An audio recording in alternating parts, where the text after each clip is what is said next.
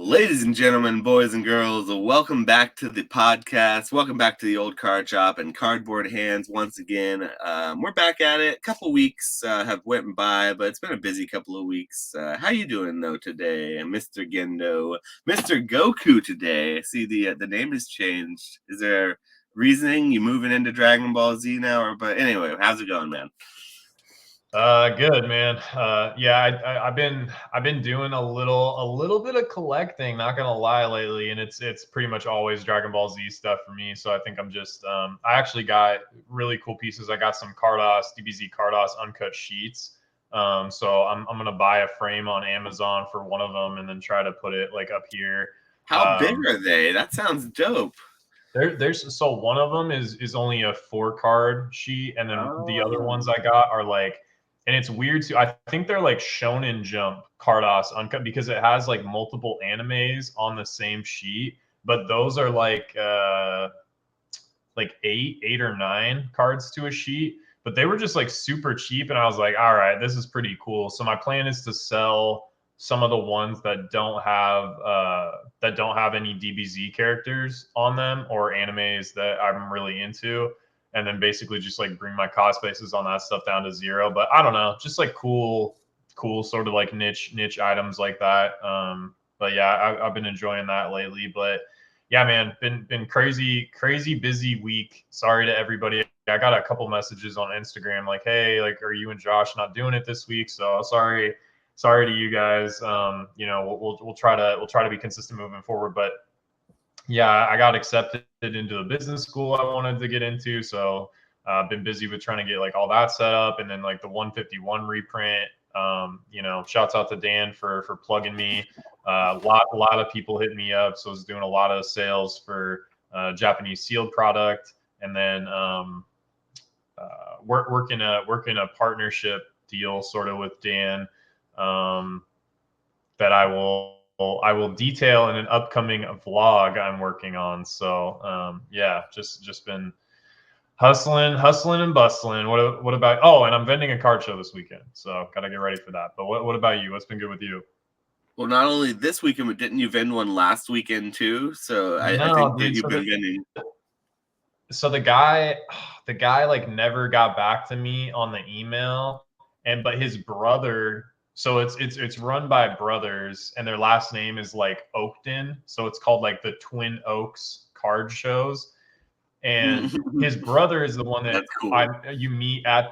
Yeah, his brother is the one you meet like at the show, and I've paid him on Venmo before. So when I didn't hear back from his brother, who's the one that does the booking, I sent him $1 on Venmo and was like, hey man, can I get in for a table? And he was like, oh yeah, I'll have my brother hit you up, like we should have a table for you. But then his brother never responded to my email, so I was like, I'm not trying to drive, pack up all my stuff, get there, and then there's no like I'm not trying to do that. So I didn't take the risk. But this weekend, which is at the better location anyways, I am confirmed for. So happy about that. Hoping to do some good sales there. But and then we are also going to be vending a card show here later this year. Little cardboard hands takeover of Seattle, Washington. So that'll be kind of cool. Yeah, so shout out to the Front Row Card Show. Also, shout out to our friend, the Mexican Hipster Mons on YouTube. He's a friend of the channel. He's someone I vend with a lot, but he is actually doing a giveaway for the Front Row Card Show. He has 4 tickets to the coming show on the 17th, and on his last video he posted, I think all you have to do is like comment or something on it. He's giving away tickets for that. So if you're going to be in Southern California and you want to go to, in my opinion, one of the best traveling like multi-state shows that exist besides Collecticon, I think this is probably a great opportunity. So, go over, leave a comment on his video. Maybe I'll put a link to his video down below or to his channel.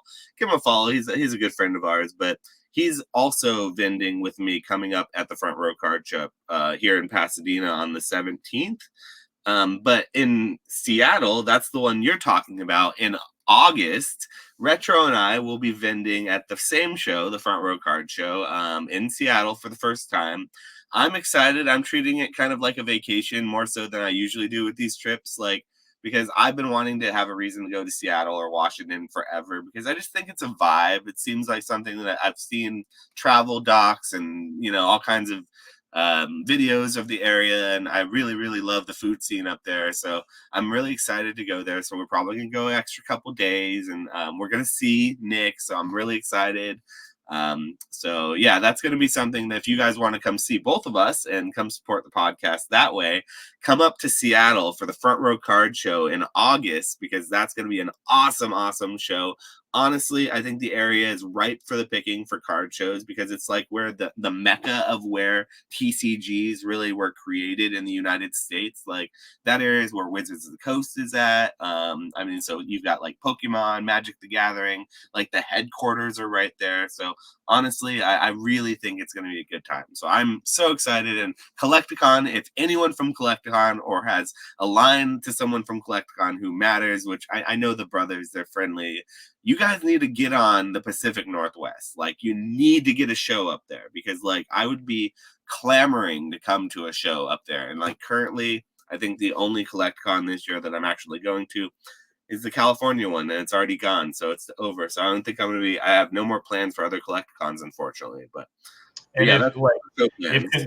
if convention space is the, like if any Collecticon people are watching, if convention space pricing is like the issue in Seattle, you could look in Tacoma, because it's close enough that all the people from Seattle would still drive down, and it'll be slightly cheaper. But yeah, man, like you guys would do. I mean, these local shows that I'm doing are packed with people, and these are at like malls, and no one goes to the mall anymore, right? Like these shows are popping. I imagine the one that we're gonna do, the front row, is gonna be pretty poppin' too. So like, Oh yeah. man, if they brought Collecticon to Washington, it would do really, really well for sure. So I know you guys are from Texas or wherever, but like, yeah, definitely get to the Pacific Northwest, because I think it would do well for you for sure. So Yeah, one West Coast card show is not enough for the whole year. It's literally not enough. Like, I get a card show probably 2 to 3 a month locally to me. That's about half the size or maybe a quarter the size of Collecticon, and they're always popping. Like, literally every weekend they're popping. So I think there's demand. I think they're the best kinds of conventions. Cheers. Card conventions are the best conventions. I think they're a slightly better than Comic-Con conventions where everyone's just dressing up in like cosplay, because you still get that cosplay element to the Collecticon and like the card shows, but you also can like actually buy stuff and interact and rip packs and like trade for things that you collect. It feels like you're just kind of like walking around, like waiting in line for an autograph at Comic Cons is like all you're doing while you're there. So and I there's don't a know. I like card ton. conventions better. Yeah, there's like a ton, now that I think about it too. Like, playability is huge on the West Coast. Like, I know Yu-Gi-Oh is massive for playability in California, but in Washington we have this it's, I guess it's like really famous in the Magic community, but it's called Mox Boarding House, and it's up north, I think, kind of in Bellevue, and it's like a huge card store, and it's very they have like a huge area for like tournaments and stuff like that. But I guess it's like pretty famous in the Magic community. So I'm sure there'll be like tons of players showing up. And it's crazy too, because like every Collecticon we go to, I always see those big tables where people sit down and play or sit down and trade, and then they have like those huge rows of like Magic cards and stuff like that. So yeah, Magic and just playability in general, like people building decks and doing tournaments and all that stuff, like it's massive out here for sure. So yeah, just a good demographic for a show. So please, please, please, next year, do not forget the Pacific Northwest. Well, your boy Lance Full Art Trainer that you were talking about like 2 podcasts ago, how much you like that Full Art Trainer. It got bought out all the way up to over $20 because of playability recently, right? Did it really? Mm-hmm. Let's go. I love that. Dude, that art is so sick. That's cool, man. Shouts out to you, Lance. Finally getting your day in the sun. Yeah, So I thought that was so funny. I thought about you whenever I've been seeing like the Instagram posts about the price chart, and it's just like through the roof. And it's like, who thought this $2, $3 Lance card that is $3 for its entire existence would ever go above 20? And it's like 21, $23 right now and going up. So it's a really cool card. And I think people are finally realizing that Lance is like the coolest dragon trainer ever. So, like, what are we doing here? Damn, I'm looking at the TCG player. That is nuts, dude. It just Right? rocketed. Isn't that It's funny? like that's like straight up. That's crazy, man. I don't Yeah, usually I bring don't. up stuff like that on the podcast, but since we specifically talked about that trainer like 2 podcasts ago, it's kind of funny.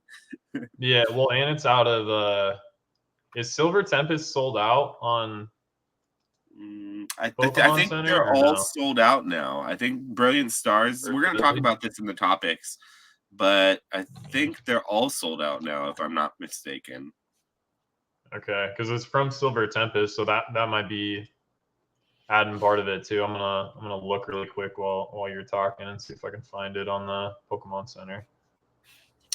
But yeah, just continuing on the whole trend, the shows have been going really well. I just had a recent show. It was the first ever show that they did in Sacramento. It had like 150 tables, I think, and it was a really big show at a convention center. And I thought it went really well. So, like, there are some little things that could have done a little better. Like, I thought that some of the vendors left a little early on Sunday, and I thought that kind of was a little bit weird. So I talked to the showrunners about like things they can maybe do to encourage vendors to stay the entire time without like being too hardline and being like, hey, you have to stay until the entire time if you're here.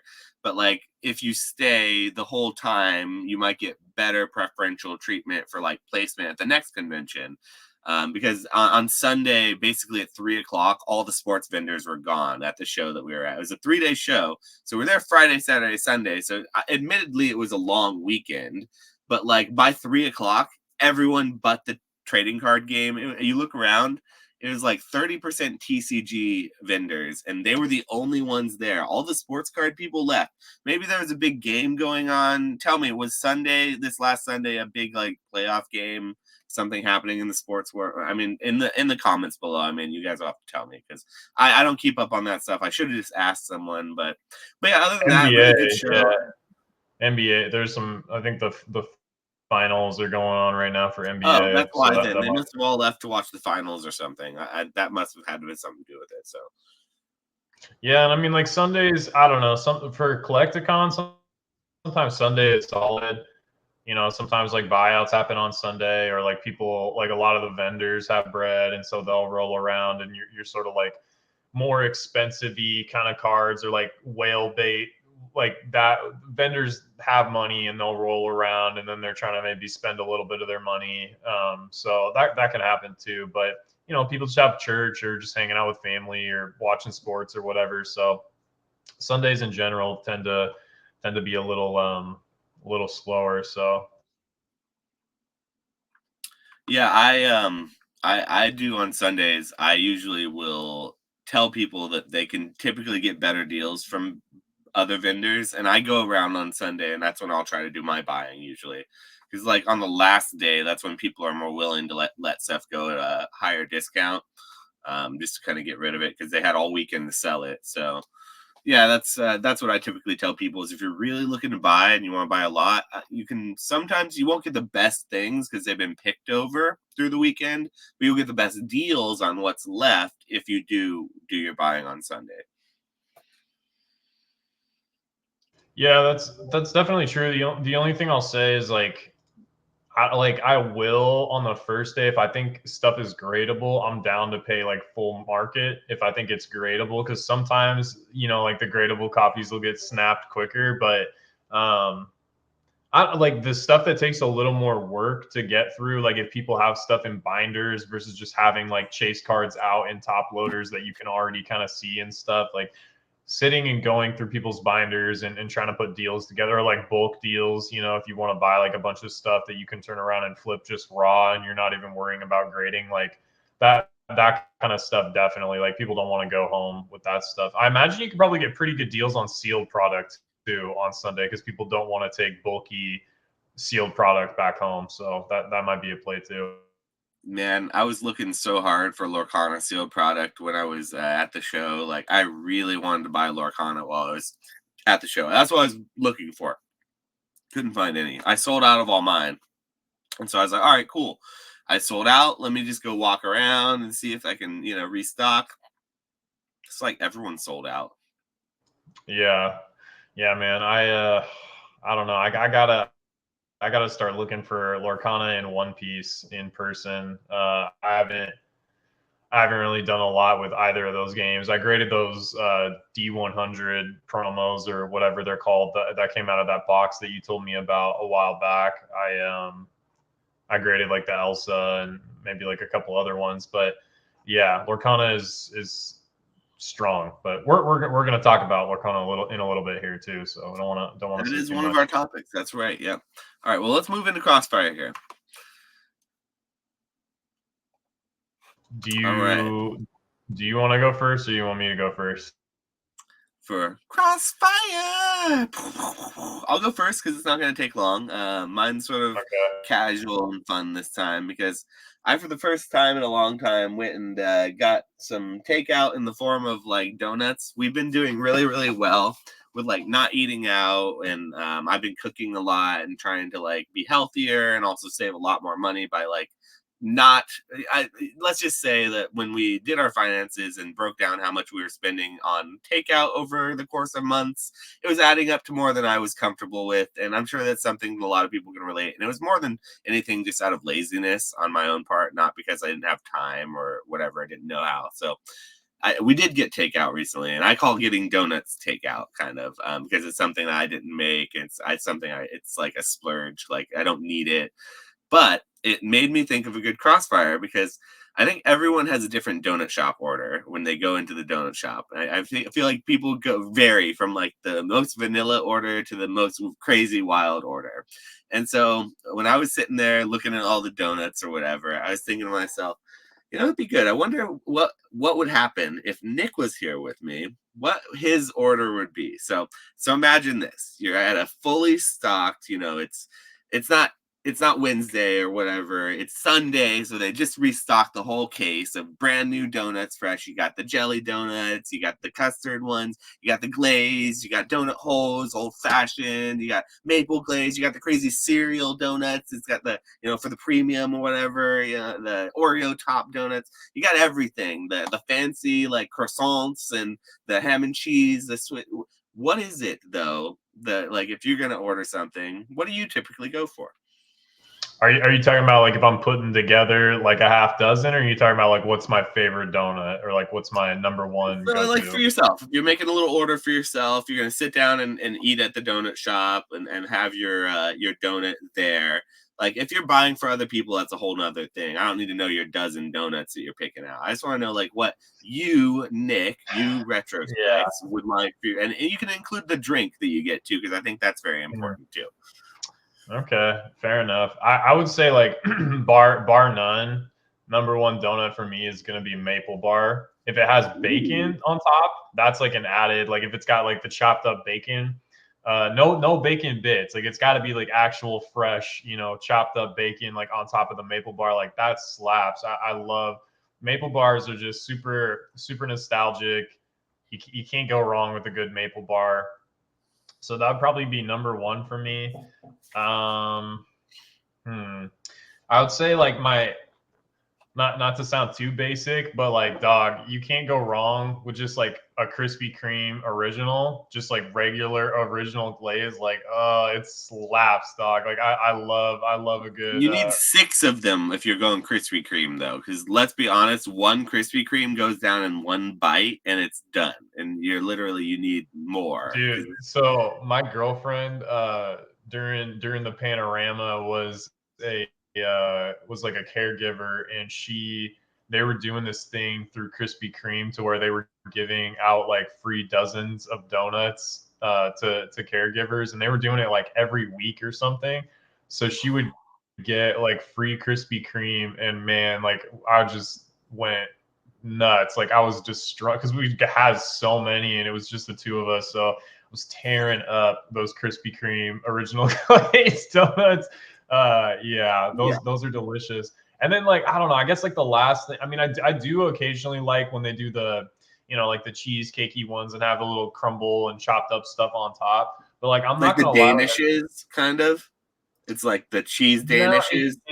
it's like where it's like regular. It's like a regular donut with frosting, but then it has like crumbled up stuff on top. You know what I'm talking Mm. about? Like it'll have like a kind of like an Oreo, but it would be like I don't know, like pieces of pie like chopped up So on something or like a what. Like gourmet donut with like a specialty topping yeah, on it. yeah. I'm not mad at those. But honestly, like a good jelly filled donut still slaps. I'm not mad at like I mean, this is blasphemy, and like I'm even kind of maybe thinking about throwing up just thinking about it because it's not healthy. But like the Franz powdered donuts with the raspberry filling, like those are oh man, those are like pure plastic death. But those are tasty. And then drink wise, it's just gonna be coffee for me. If it had to be like flavored, I'd probably do like a caramel macchiato type deal or whatever. Like I like caramel with coffee. Do you Um, take your coffee black, or do you usually like to mix stuff into it typically?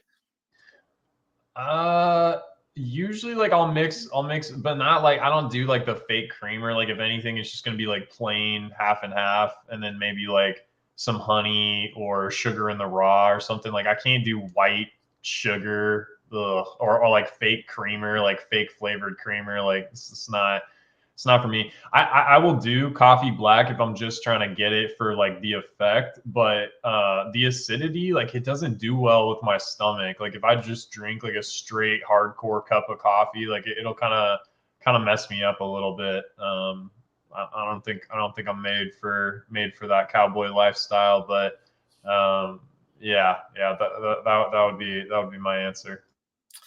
When I drink coffee, I take it if it's like coffee, and it's not like a mixed drink kind of coffee thing where it's like some sort of weird concoction where it's obviously going to have a bunch of stuff in it, like a Starbucks type thing. But when I'm drinking coffee, I typically like it black. Like if it's something like Folgers and it's like I'm in a waiting room and it's like I'm waiting getting my tires done and they got some coffee and I'm just sitting there and I can't leave because my car is in the shop and it's just Folgers or whatever. Sure, I'll put a little creamer in it and whatever Oh because I'm yeah, not. like Les Schwab. Like, do you Yeah, guys have Les Schwab in Cali, right? Yeah, yeah. dude, Les Schwab, the popcorn and coffee is and Fox News, of course, like always They on when always have that stuff on and they have the popcorn thing. But I never touch the popcorn. I'm always hesitant about it because I always get I don't know. It feels like nah, it's dude, gonna be stale. nah, well, it can be, but like if it smells fresh or what, like it's kind of like I don't know why. Even if you I'm buy a nice, traumatized with popcorn, man. I'm traumatized with popcorn. Like all my right, aunt used to have a bowl of popcorn she'd just leave on the counter at her house. oh And she'd always make no, new popcorn and put it in it, but then she wouldn't dump out the old popcorn when she put the new bag on. oh So eventually no. you'd be eating, you'd be cool, you'd be like, all right, trucking along, having great popcorn, and you get a stale piece, like, and it would just ruin, and you'd just be like, Yeah, ruined it, ruined. You're done with the can't popcorn after that. So Ugh, can't do the stale popcorn. I remember as a kid, my mom would get like the actual kernels, like the Orville Redenbacher, like the bucket basically of kernels, and then put those in a pan with like some oil and salt and stuff, and kind of like cook it fresh, and like that was pretty solid. But me and my girlfriend just went to the movies and it's like the only time we'll ever eat popcorn and drink soda. But like for whatever reason, man, like you just can't beat movie theater popcorn. I don't know what it is. I don't know if it's like all the preservatives and butter and stuff, but like I've more of a never had bonbons and nachos kind of guy than the popcorn, but bonbons and nachos. mhm. Oh my god. Dude, that sounds It's a weird thing. It's a weird. But those, if I'm, well, first of all, I hate going to the movies because it's so freaking expensive. So usually when I'm there, I won't go to the concession stand because I've already shelled out like $30 just for the movie, and I'm like bitterly like I'm eating at home when I get home, so I'm bitterly there like enjoying the movie, but I'm not wanting to think about the concessions. But if the rare case that I will go to the concession stand, yeah, bonbons and nachos. Sure, another that's 30 bucks so for random though. Like, okay, well here's the deal. In the future, stop by the grocery store and get the bonbons first. So we stopped at there's a They'll safe. melt. They're gonna melt. Nah, I don't. Nah, you're good. You're good. I stopped. We stopped at there's a Safeway right next to our movie theater. So we stopped and we got a little box of Reese's Pieces, and it was like $1.25, right? Mhm. And we get to the movie theater, and I'm like price checking. I'm like, all right, what would it have cost us if we bought it here? $7 for the That's same size. cheap. I'm That like, sounds cheap. $7. That's well, this nothing. is in Cali. It's 14 in Cali, but it's Yes. 7 here. But still, I was like, damn, like 6x the price. Like that's wild.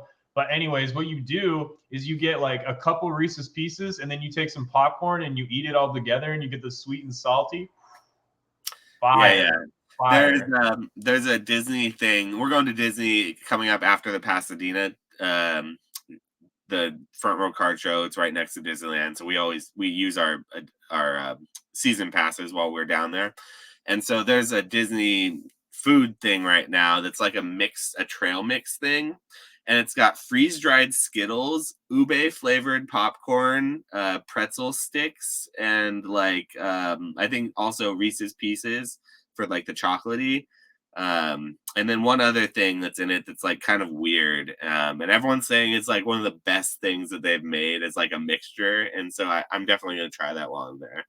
I've heard freeze dried candy slaps. I've never had it, but I've heard that like a lot of people really like it. My buddy actually is starting up a company right now. I don't know if he's going to do candy because he's a little more like artisan, but I think he's going to do like locally sourced organic fruit, and he's going to do like freeze dried fruits and stuff like that. So he's starting a brand to do that right now, with like commercial freeze dryers and stuff like that. So that'll be interesting. But I'll have to put him on to the candy craze. I remember when I was a kid, man, the tropical Skittles, the ones in like the teal bag, those are the best. Those are the best. I wasn't a huge candy kid, but tropical Skittles were it for sure. So Skittles were okay, but like as far as like fruity candies are concerned, I was always so loyal to gummy bears that like I would have like a Skittles and I'd be like, oh, this is okay, but I'd just rather have gummy bears. So I'd go for the Gold Bears or the Haribo, little backpacks.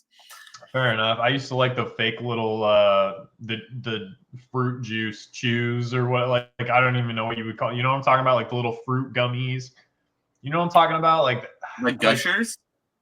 no, not like slightly healthier versions of Gushers, but they would just Oh yeah, be. that I didn't never get those really. That was kind of past my time. Like I was more of a Gusher. I didn't like Gushers very much because they're like a weird Gushers, texture thing. yeah, Gushers is kind of they've done a rebrand. We were actually at Costco and we saw a box and I was like, oh, like the logo is different now and it looks a lot different. But I remember Gushers was like they had 90s, early 2000s kids in a chokehold with Gushers for sure. Like I, that I just like regular commercials. fruit snacks, not filled with the weird jelly goo stuff. I didn't like the Yeah, that texture of was. it. Oh, I don't know. I could. Do you remember Pop Rocks? Did you ever do Pop Ooh, Rocks?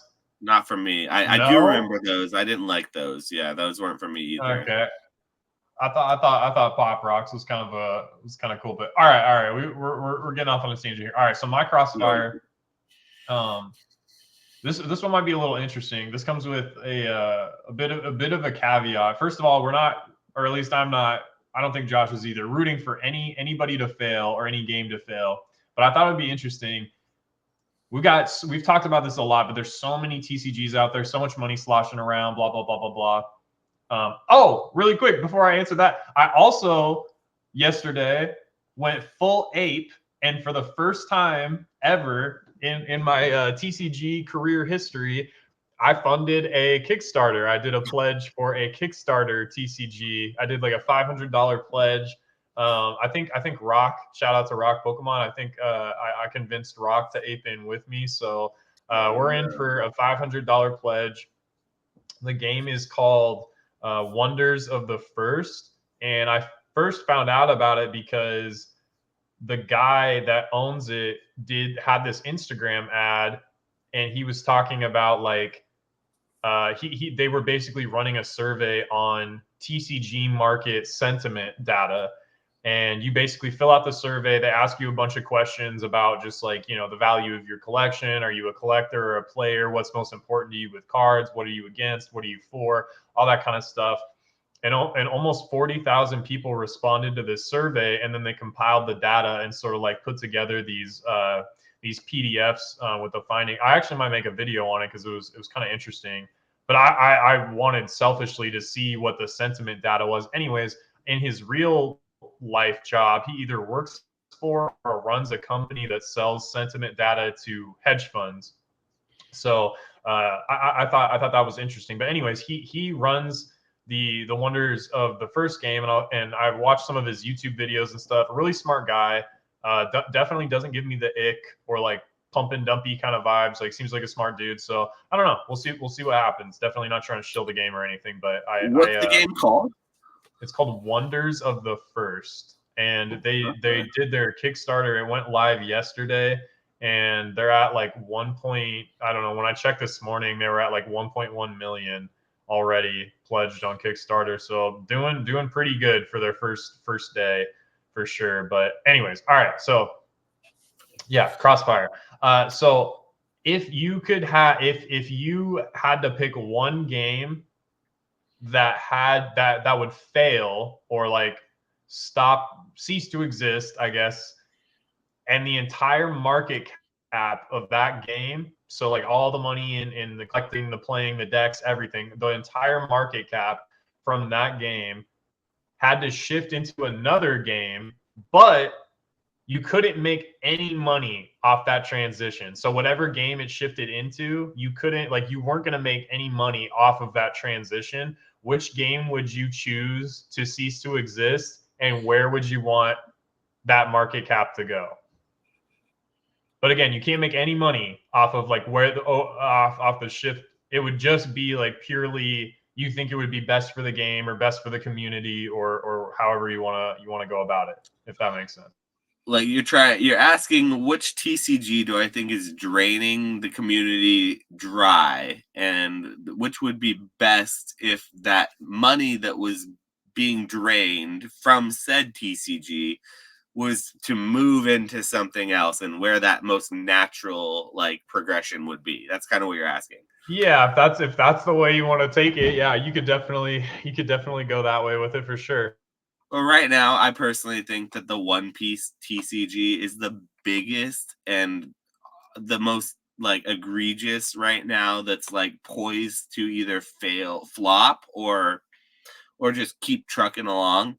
And I know that at this point it's looking very good for One Piece because like they haven't done what we've been worried about and like ruined it by like massively reprinting and destroying the demand that it has.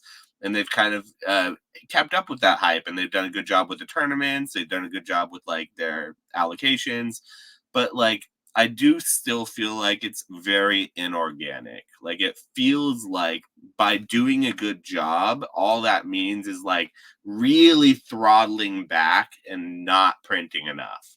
And if that's what it means to do a good job, is just not make enough or make so little that it makes the market like froth at the mouth and just be like, I need it.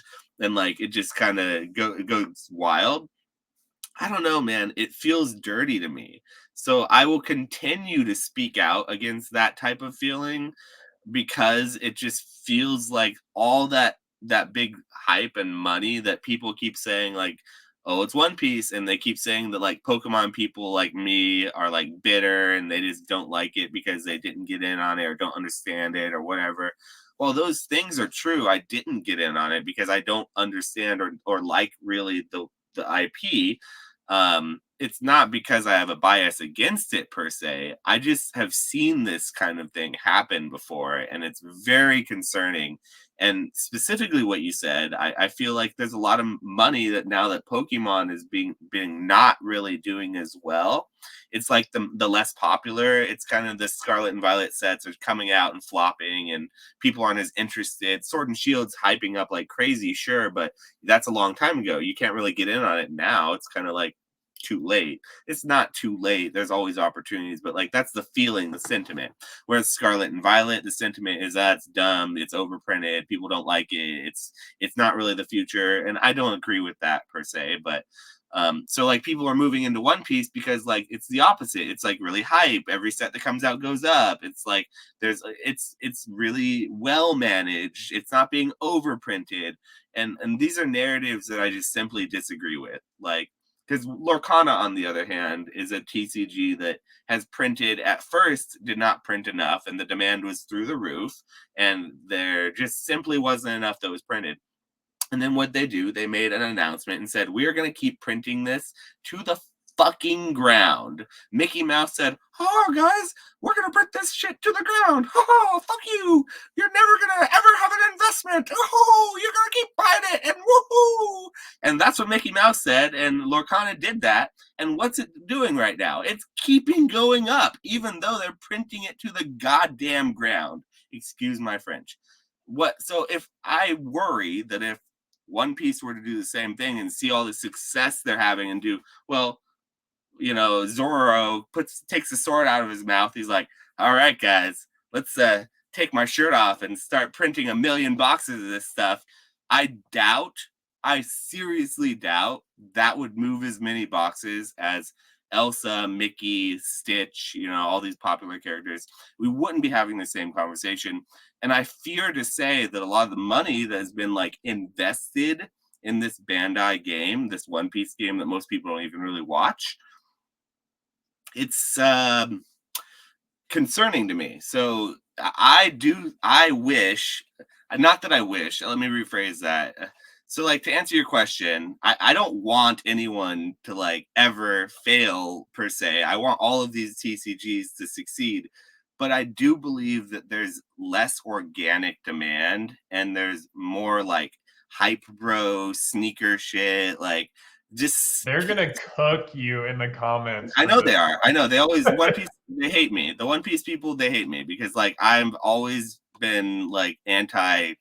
They're gonna see me as being like an anti one, but like it just doesn't feel organic. And I know it's a huge IP, but nobody talked about One Piece before this last season, like in the U.S. that is. And what's One Piece doing in Japanese? Like I've heard it's doing not the same thing as English One Piece.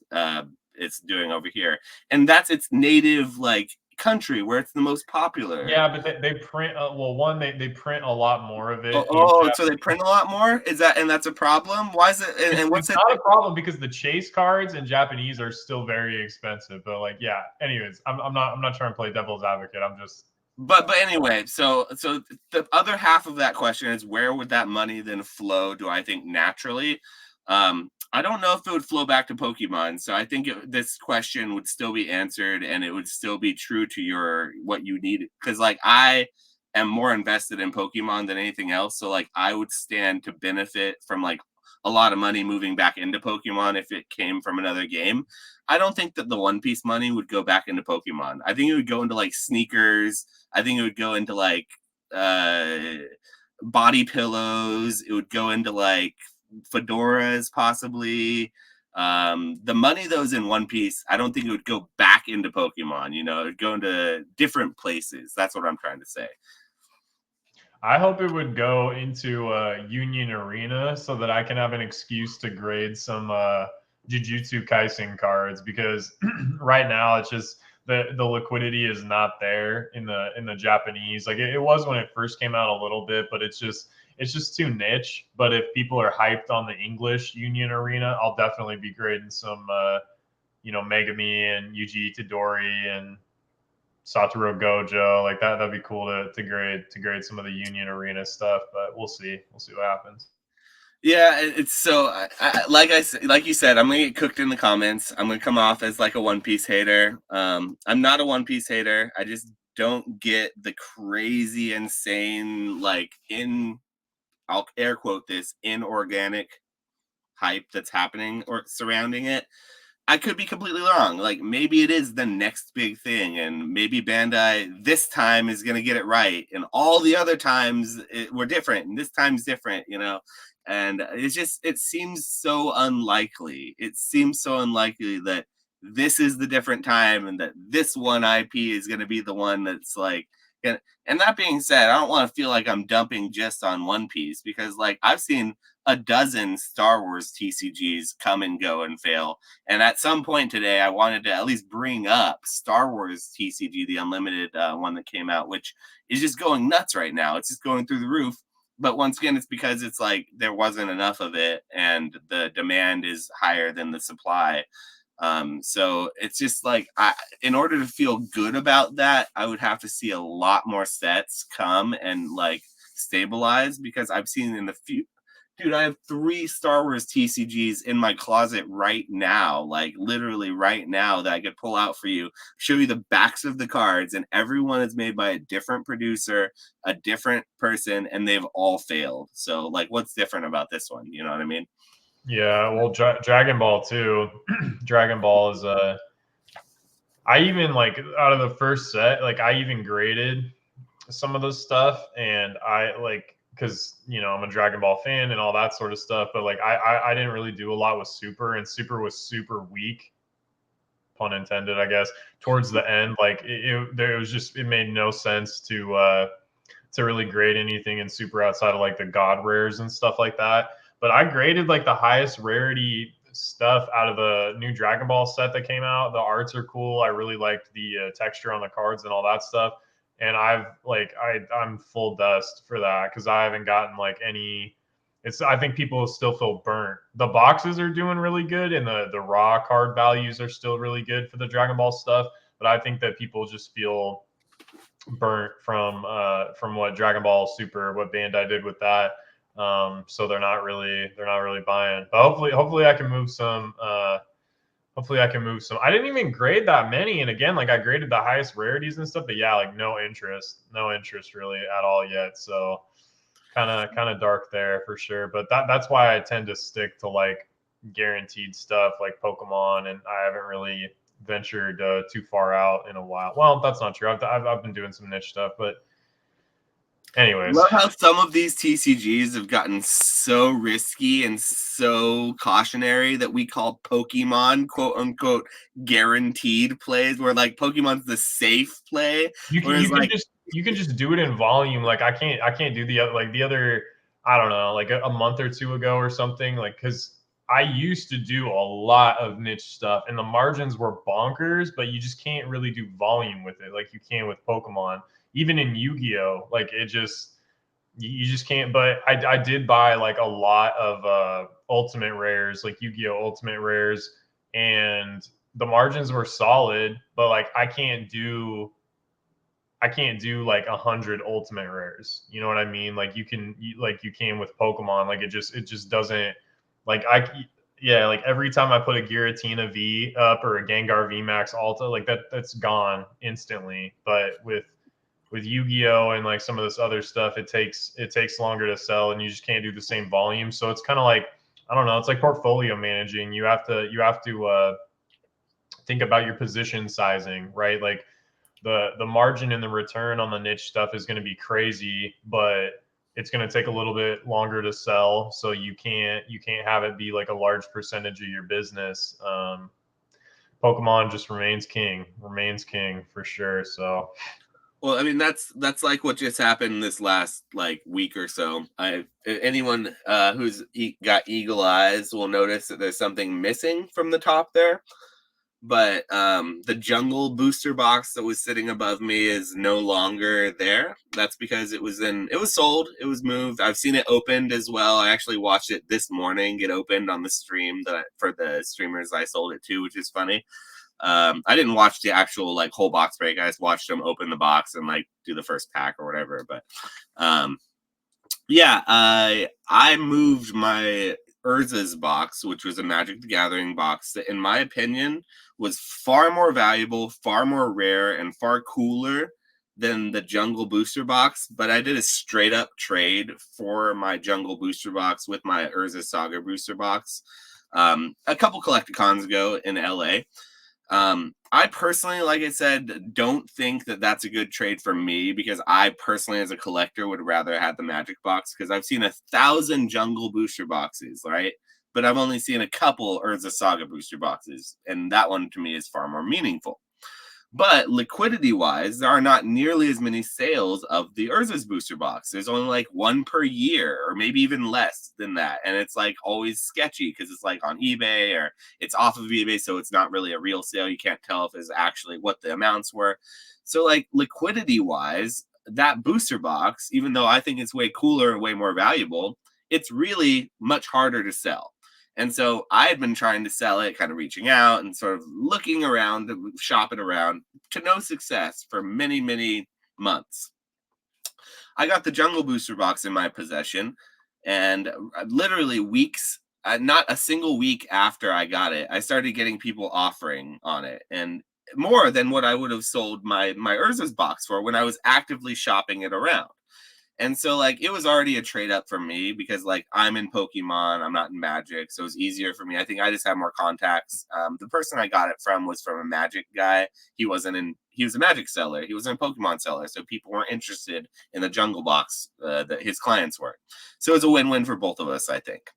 But it's just one of those things that liquidity matters. So, like, even though you may have something that's like low pop and really cool from an IP like Dragon Ball, or like something that's really rare, and you know it's rare and it should be valuable, if there aren't sales that represent that, you can't like give comps on it, and it like not moving on every day, every other day. It's not like regular comps. It's really hard to actually make that said sale. You have to find the right buyer.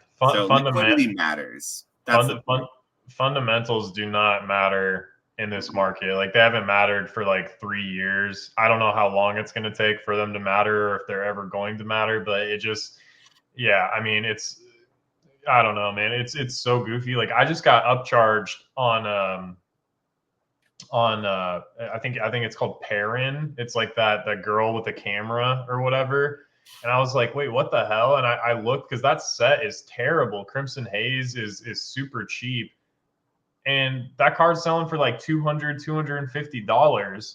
And they And upcharged you on it? Those yeah, cheapskates. yeah, no, they've been getting really tight about upcharges lately. But I was like, this card's like 50, $60. It's selling for 200. It's out of a terrible set. Like, that's crazy. But yeah, man, like fundamentals, it's everything that's like hard to find, hard to grade, expensive, comes out of an expensive product, whatever. It's just dirt cheap. It just is. And like, it's done nothing but go straight down for like the past 3 years.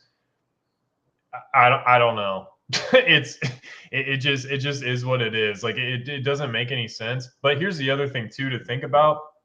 Most of that stuff, the people going after that kind of stuff are not your normie buyers, right? Like, the people going after the really rare, the really niche stuff, the stuff with fundamentals, they're people that know that it is what it is. And so they're not going to give you full price, because they also know that it's not liquid. Mm-hmm. An alt art buyer, that's the best buyer you'll ever have. You won't get a single message on eBay. They'll snap it full price. It's out the door. But somebody that like knows about the market, they're going to try to wheel and deal you down. They're going to lowball you. They're going to stick it in their cart on eBay, and then they're going to wait until you start sending out offers and stuff like that. Like, the buyer pool is completely different. Like, it's a more educated demographic. I mean, like, dude, I'm a seller. I'm a niche seller's worst nightmare. You know what I mean? Because I'll sit and wait and be patient and do the same. Like, the fundamental stuff matters to flippers, because we know how hard it is to replace. But to most of the market, no one cares, and it just is what it is. Like, people just don't care. And I don't really know if they ever will care, because during the boom, like during the panorama, PokeRev and all these other big YouTubers were opening like Black and White, XY, mid era. Like, they were opening that kind of stuff. And so people got exposure to Heart Gold, Soul Silver, and Diamond and Pearl era and stuff like that. They saw those cards. Now, no one's opening that stuff. Like, no, it's either like WotC or Modern. But like, I don't ever see like oh, we're opening a Deoxys box. Like I don't ever see that kind of stuff. So all the people that weren't around during the boom and weren't exposed to that kind of stuff, who is going to tell them about Heart Gold, Soul Silver sets? Who is going to tell them about Diamond and Pearl? Like, unless they hop on Bulbapedia and search, you know, Alakazam and start going back through all, like, oh, there's a cool Alakazam Hollow and Secret of the Lakes in Mid Era, and then there's a Level X in this set, and you know, a full art in black and white. Like, they're just not going to go back to that stuff, and they're not being exposed to it. So the only people that are really interested in that kind of stuff are people like you and me that know and care and do the deep dives, but that's not enough to keep the market up. And again, like we're gonna lowball people, you know, because we want the best. So it just. Do you know what the most expensive card in Expedition is? The most expensive holo in English Expedition for a PSA 10? I would think either Mew, Gengar, or Charizard, right? You would think that. But that's where both you and I think in this conversation are dead wrong. Because while fundamentals you would think don't matter, in this one case, the most expensive card in Expedition is a Skarmory. Yuck. Skarmory.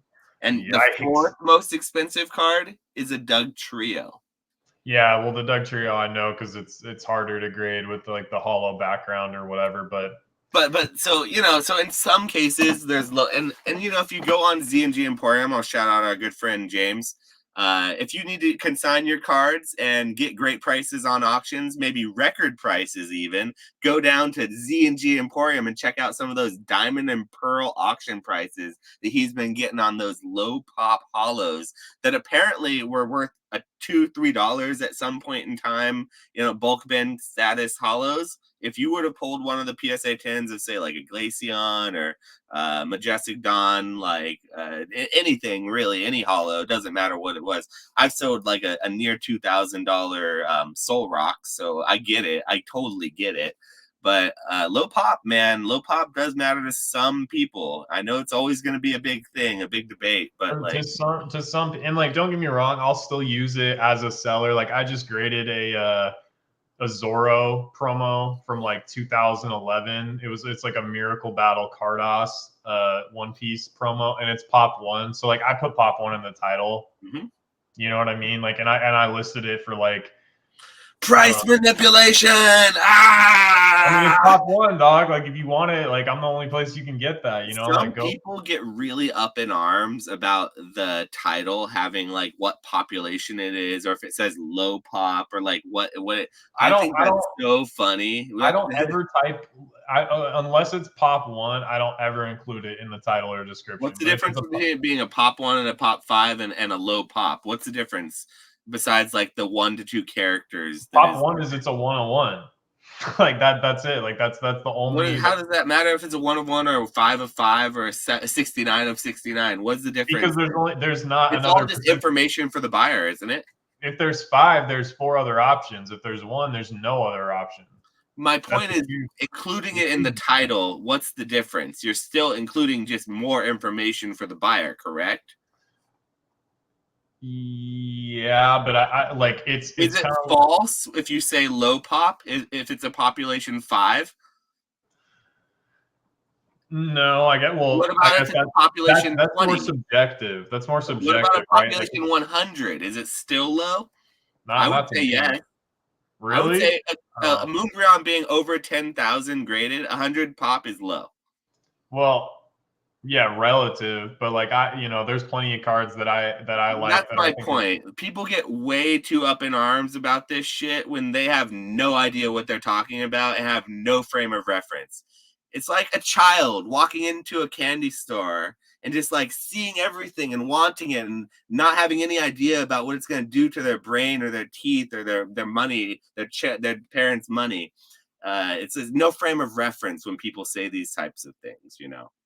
Yeah, people say all sorts of stuff, but most of the time, the people that are like loudest and have the strongest opinions aren't like actually buying anything or don't run a business anyways. So it's like, So my all point right, though is put your pop one in there, Retro. Don't you yeah, let me or absolutely. anyone else say anything otherwise. And I'm gonna actively actually go the other direction and say, if you're one of those people that gets it up in arms about putting like low pop, pop 5, pop 256, please go at it in the comments. Tell me why I'm wrong and how it's price manipulation and how we're misleading the buyer, because I disagree. The only time I will agree with you is if like it says pop 25 and it's a pop 24 or pop 26. If you're saying the wrong information, you're then misleading the buyer, even if it was Yeah, unintentional.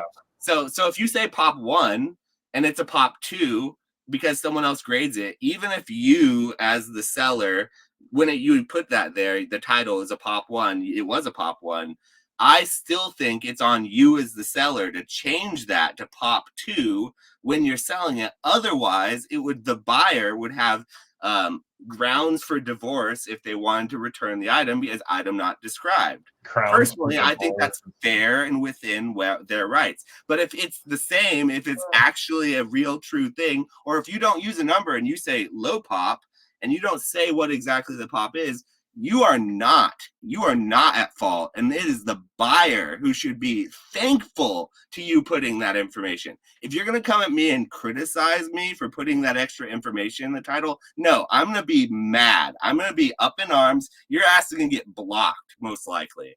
Please tell me in the comments why I'm wrong. I want to hear this because I'm actually really tired of hearing this shit in like these online groups, and I want to hear from the other side, because if I'm wrong, tell me.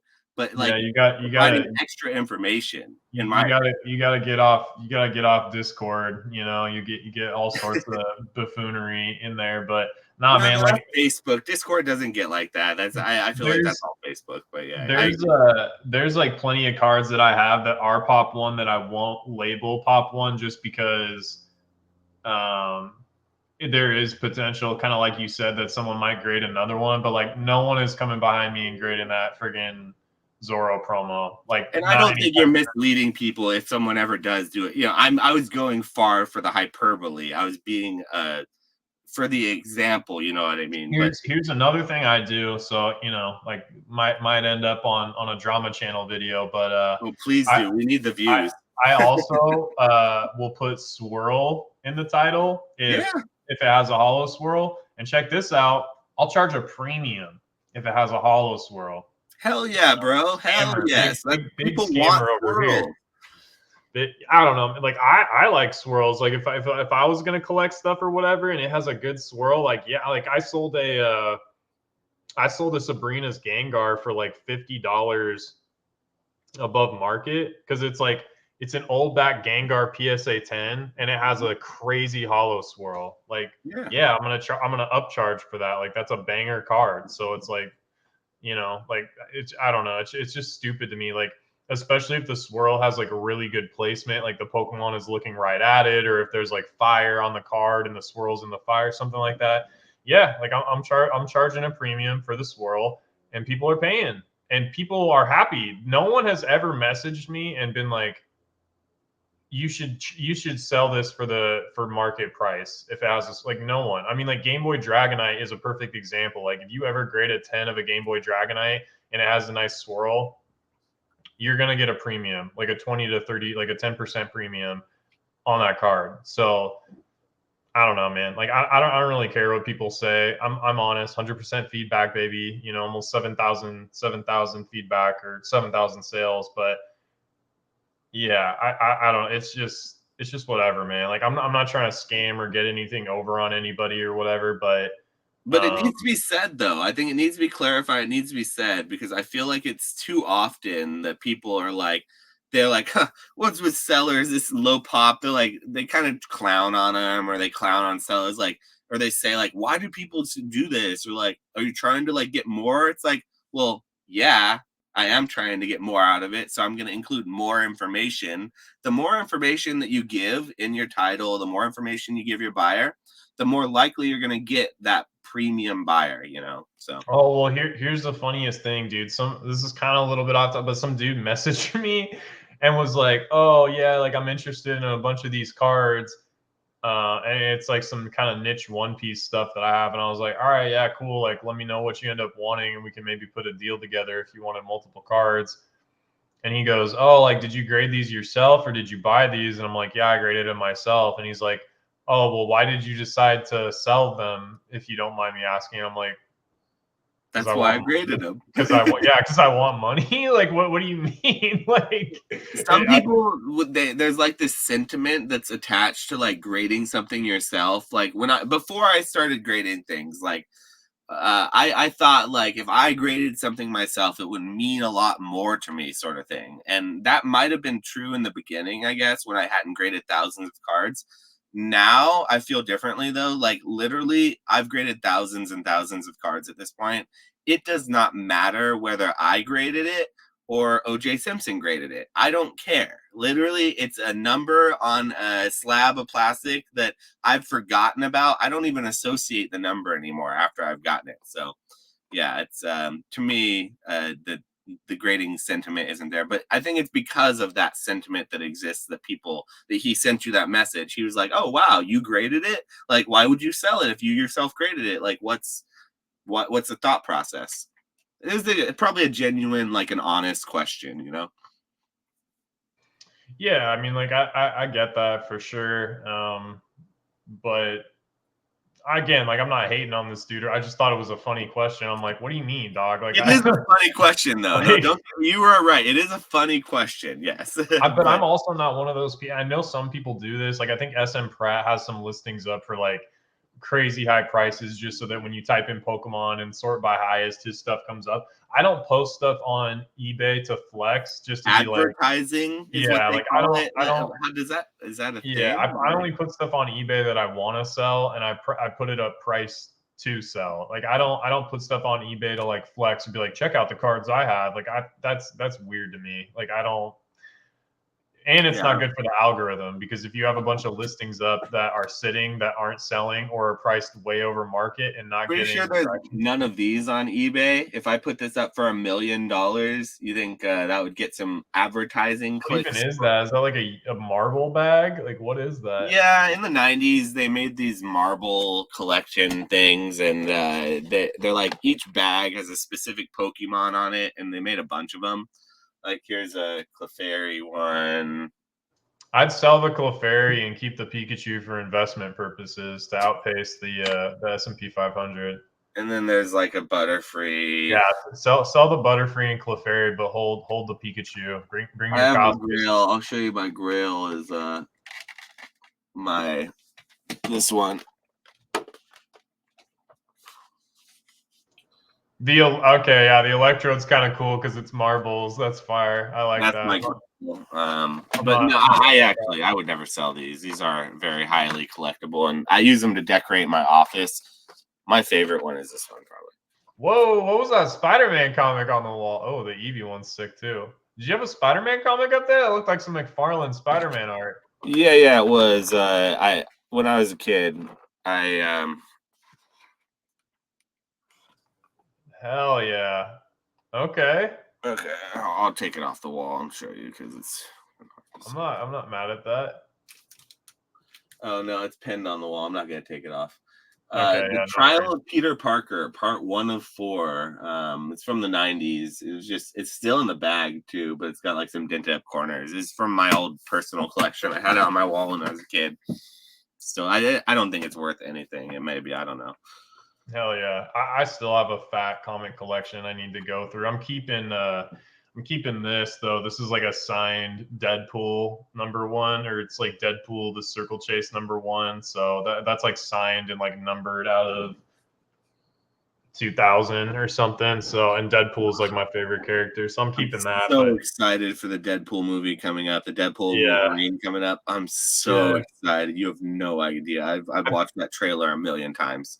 Have you watched Wrexham with Ryan No, Reynolds? but I've heard good things It's about that good, dude. show. Yeah, Yeah. it's really good. Me and my girlfriend love that show, so it's Yeah, I like that one a lot. I like Ryan Reynolds. I think he's a funny guy. Rob McElhenney, Always Sunny in Philadelphia is probably one of the most underrated, greatest shows of all time. It's the best show I think on television. That's I don't think it's running anymore. I think it might come out with they come out with seasons very slowly nowadays, but they ran for like almost 11 or 12 seasons, I think. And I can probably quote 8 of those seasons front to back, like just every line of the show. That degeneracy that show highlights is the exact type of humor that like my younger self really enjoyed. It's hard to watch these days for me because it's just not the type of thing I watch anymore. But it's still a great show. Like it's like the Office level of like amazing. It's better than The Office in my opinion, but it doesn't get as much love as The Office. Yeah, I like The Office. I like The Office too, for sure. I watched a good amount of It's Always Sunny, but I can't remember where I ended off. But we probably should get into some topics here. We've been going for like an hour. Yeah, a couple of these topics aren't going to take us like as long as what we're really going through here, so I'm not that worried about it. We're going to get into for what's going on for the rest of the podcast, we have about 3 more topics, and then to make the case. But for the 3 topics, we're going to talk a little bit more about the 151 reprint. We're going to talk a little bit about the first Lorcana Championship, and then the Sword and Shield booster boxes being completely sold out now on the Pokemon Center. We're going to talk a little bit about that, but none of those topics are going to really take us like hours or anything. So I think we're going to be fine. But we'll move on. Let's move on to the 151 reprints here because this is something I want to hear your take on more than mine. I'll give my take at the end, but I do want to hear kind of how the last week or the last 2 weeks has gone for you concerning 151. You're kind of our resident 151 Japanese kind of product hookup, product report, as it were. And I want to hear it straight from your mouth. How's it going? What's it looking like? Is the stock completely run dry now, or are we gonna still kind of get a little bit more coming out, leaking out? I still see $80 boxes, loose boxes on Instagram being sold, so it can't be completely out yet. But I want to hear it from you. What's going on? Yeah, so it's funny, man. Like I think this is just like an internet thing or like a TCG thing in general. But like when people don't like something or missed out on something or aren't into it or whatever the case may be, like they're all. We talked about this before with Lorcana. Like people just instantly root for something to fail, and there was a lot of that with 151. People are like, oh yeah, like I'm waiting for when it gets down to $30 a box and stuff like that. And that obviously never happened. It got down to I think at one point I was selling cases shipped all in for like 950 is what I was selling to people for, and then like within 2 days it rocketed up like $200 to $300. So it hit a bottom, was there for like a day, and then rocketed back up. And a bunch of people were like messaging me like, oh, well, like, yeah, what are prices now? And I was like, yeah, like this is what it is shipped. And they're like, okay, that's a good price. And they're like, but I'm going to wait for it to go even lower. And then they missed the bottom. Now are you going to like miss the forever bottom on case? Like, I don't know, like I honestly don't know. I don't know what the May reprint is going to look like, how that's going to affect case prices. I think single boxes are like the way to go. If you don't want like a sealed case, because sealed cases just hold premiums. They just do. Like it's sealed cases hold premiums with V-Star Universe, with 151, with Shiny Treasure EX. But to be honest, man, I thought it was going to stay down for longer than it did. It like rocketed right back up. Like it was down for a day and then it shot right back up in price. The sheer demand for this set is the highest demand of any sealed product I've ever seen in my entire like TCG career. Like this shit will put Evolving Skies to shame. EV Heroes to shame. Like it is nuts how many people hit me up for cases, how many people wanted boxes. Like it's just I don't know, man. It's wild. Like this set got so many people back into the hobby. I think people really like both languages. I think are going to do great long term. But I think people like the Japanese because it's got that extra, added Master Ball chase that people like on top of it. But Yeah, man, people just got cute and tried to time the market and just, maybe got a little bit overconfident and thought it was going to go lower, and it just didn't. Like, the demand was just there to eat it up. It shot back up, and yeah, it just kind of is what it is. So we'll see what happens in May. So has this been the entire supply put on the market, or are we still waiting for more supply to No, actually hit? so like the 20th, I think people got like a small, or at least like my buddy personally, like their distro like hit them with some more cases, and some single like or loose boxes too.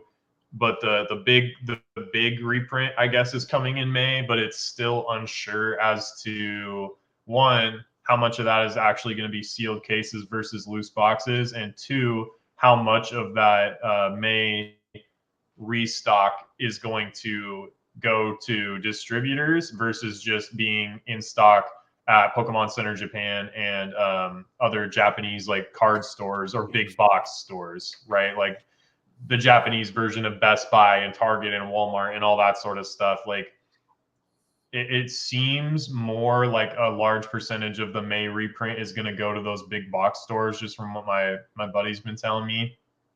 Um, yeah, so I honestly don't know, but like I don't think it's a bad time. Like if you can get boxes for a decent price, like I don't think it's a bad time. And like when boxes got down to uh sub 80, like I think I picked up like 100 boxes at like 55 or 60 or something. But that was a deal with my friend to where like I couldn't buy any sealed cases if I wanted the loose boxes, and I needed the loose boxes for the deal that I'm working with Dan.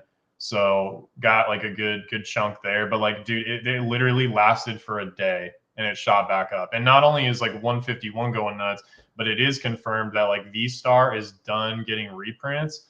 So I'm actually more worried about V Star running away, or I shouldn't say more worried, but like I'm equally as worried about V Star kind of getting out of control, because the demand for that set is insane too, and it's not getting any more reprints. So I think you have time on Shiny Treasure. There's more coming in June.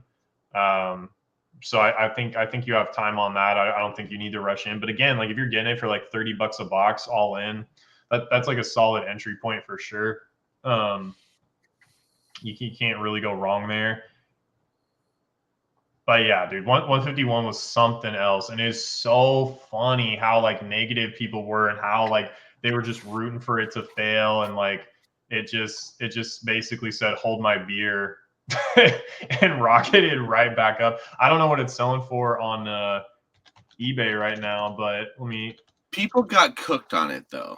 People really got cooked on 151. Like the people who didn't get cooked were the people like you and me and people who were actively selling it, and but every single person who was holding 151 got completely and utterly cooked on it. That's one side of the story that we haven't necessarily touched on, right?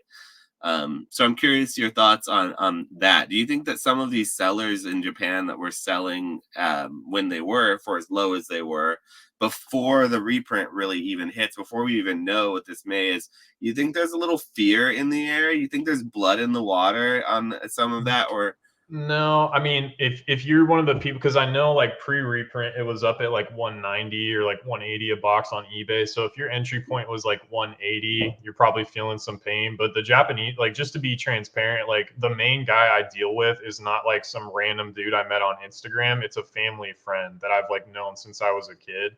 So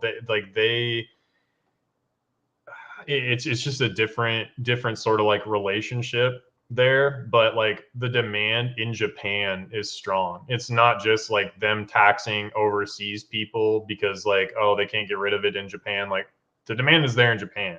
And for all these sets, like even Shiny Treasure, there's a lot of demand for it in Japan. There's just a lot of it, but people are still ripping it in Japan. And like one data point I remember, like I was trying to get a price quote on V Star Universe cases, and he had 10.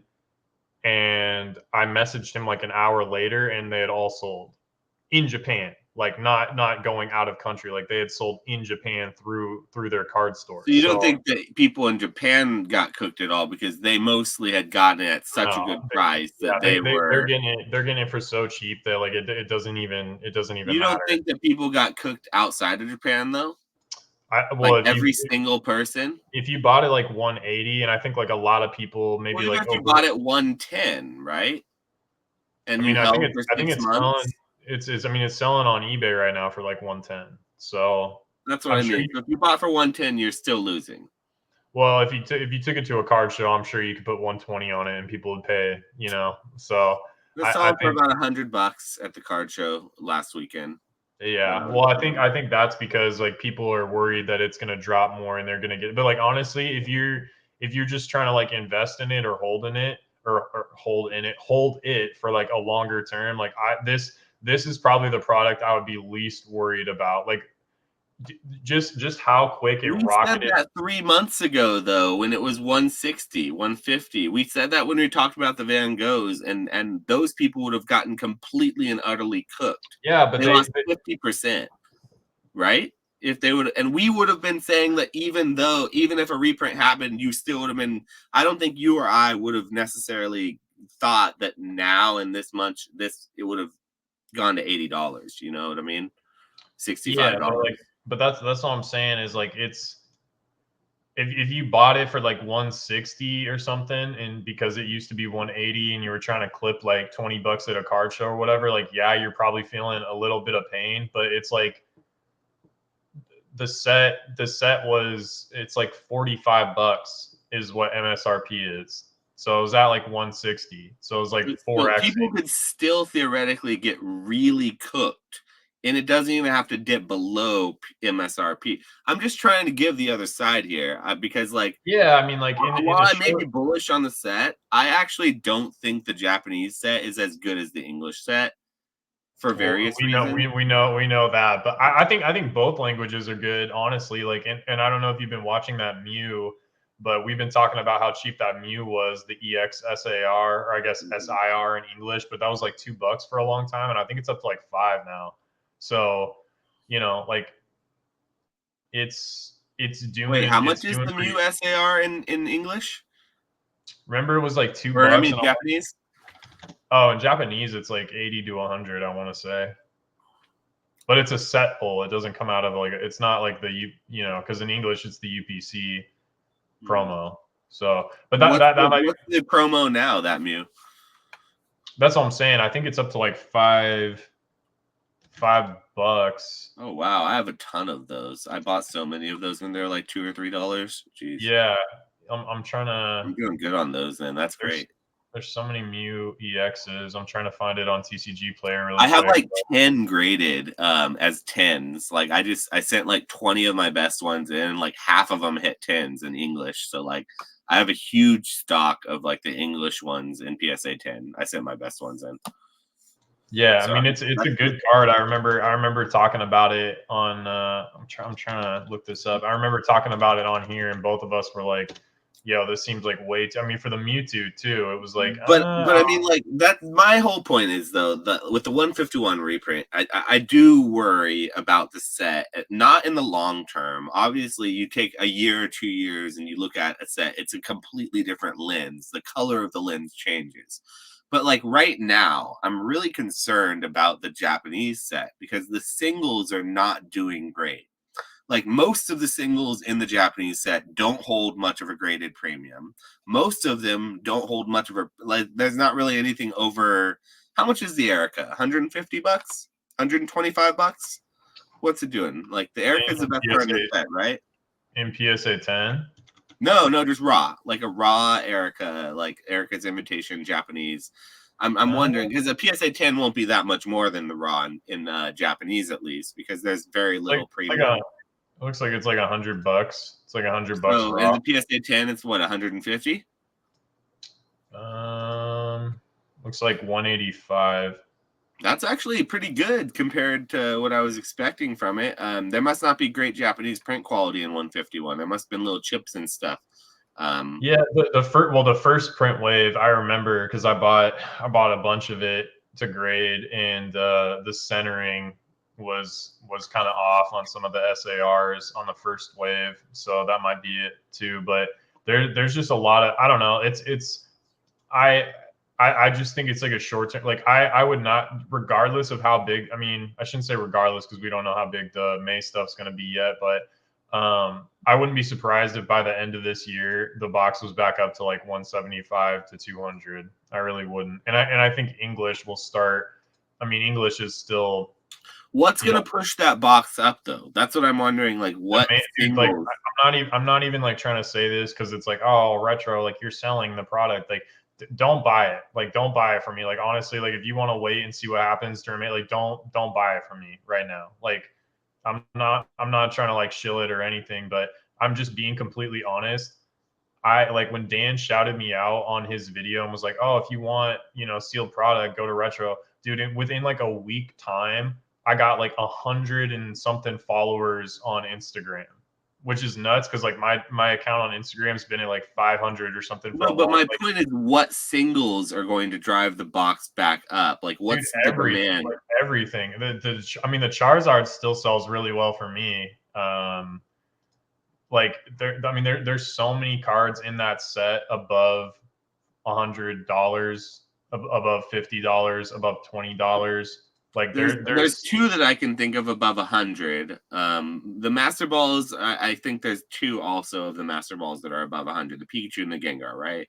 Mewtwo might be there too. Mewtwo's $50 and going down, I think. Okay, so yeah, I mean, like I just I sold just, one. but it's like it's the same thing. Like you can literally point to any other set in history. Like what happens to the singles when a reprint hits? You know what I mean? And then what happens when like things get sold out? Like there's a lot of supply hitting right now, and a lot of people in Japan and in America are opening it now because they didn't want to pay 180 a box, and now they're able to get it for like 80 to $100 a box, or maybe even cheaper if they got it like when it was like kind of at its lows a week or two ago. So like they want to open it, and there's going to be more singles on the market. But like over the long term, dude, like the, just the sheer demand like for this set is insane in both languages. But like, dude, so many people hit me up, so many people bought cases, so many people are bullish on this set and like it. I just don't think it's going to be. I just don't. I don't know. Like I'm not worried about it at all. Like It's the I'm really. Master Balls more than anything that I worry about with this reprint, because when you have most of the regular singles with only the Charizard and the Erica selling at above $100, and there being a very small graded premium on those because they grade so easily, and there's just not as much demand as there was back in the boom for like the graded cards, so they don't just do 3x to 5x when you grade a 10. I don't think that there's as much legitimate or organic demand for a Master Ball that's not a, say, $800 PSA 10 like the Gengar was, or the Pikachu.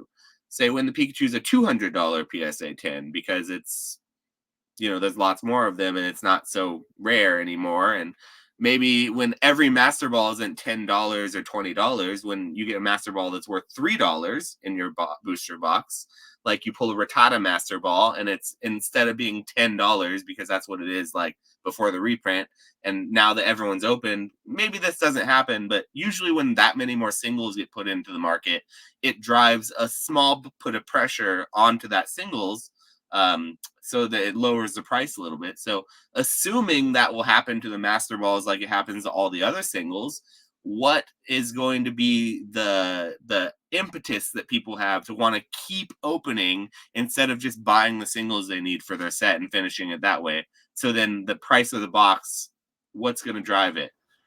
I mean, there's In so the near many. future. I'm not talking about like 2 years. Yeah, I mean, That's different. I think the Master Balls are just like another cool chase for people. It's sort of like the cherry on top, but I don't even really think that the Master Balls are what drive. I mean, you've got like full evolution lines of the What big do you three. mean that you don't think the Master Balls are what drive it? Just I before think I all think this, that everyone's like the Master Ball is the only thing that drives it. So how is it? Is it what? What I is don't it? think that's You the can be case at flip all, dude. I flopping. mean, in both languages you can pull God packs of full evolution lines of the Kanto starters. Like that's a pretty But in compelling. one language, that Kanto starter God pack is worth like $100 or $200, and then the other language it's worth like $75 to $100 or something. You know, because the two starters are worth nothing, and then the only one that's worth something is I the big think one. prices for singles are actually still cheaper for pretty much everything in English.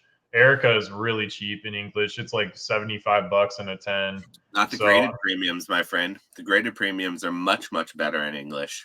no, that's what I'm saying. Erica's like $75 in a 10. But for the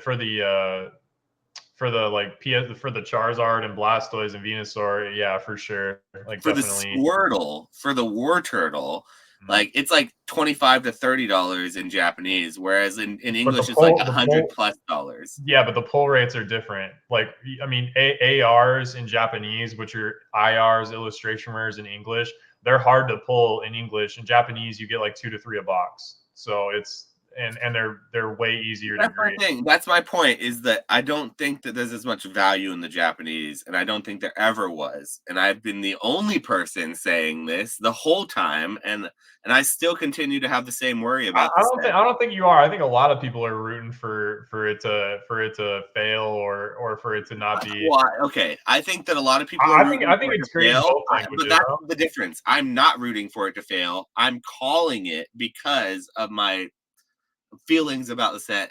They've been long. I've long had these feelings. I've never changed them, and they've stayed the same when they were very unpopular. Now they're just becoming a little bit more real, and now people are trying to say, "I just want it to fail." It's like, no, I just legitimately don't believe that putting a couple extra humps on the reverse hollow pattern of these mid regular That's cards that not nobody what wants. that's what I'm saying though. Like that's not what's driving the set. Like the set is good without like they could have not included the master balls and it still would have been a good set because it's a good set. Like it's like look at V Star.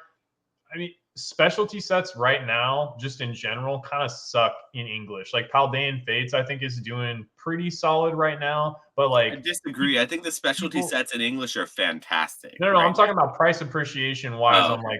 like like Crown Zenith, great set. It's done absolutely nothing. But V In Star, Crown Zenith, we got the secret rare Pikachu. We got that they had to get in their little special precious collection box. They had to pay extra and had to be this premium thing. We got it as a secret rare in Crown Zenith. How cool is that? That's amazing. And nobody wants to talk about how we have a better English set just because there's like I don't know if it's a better. I mean, we on the Japanese side, you got like the Charizards from the UPC.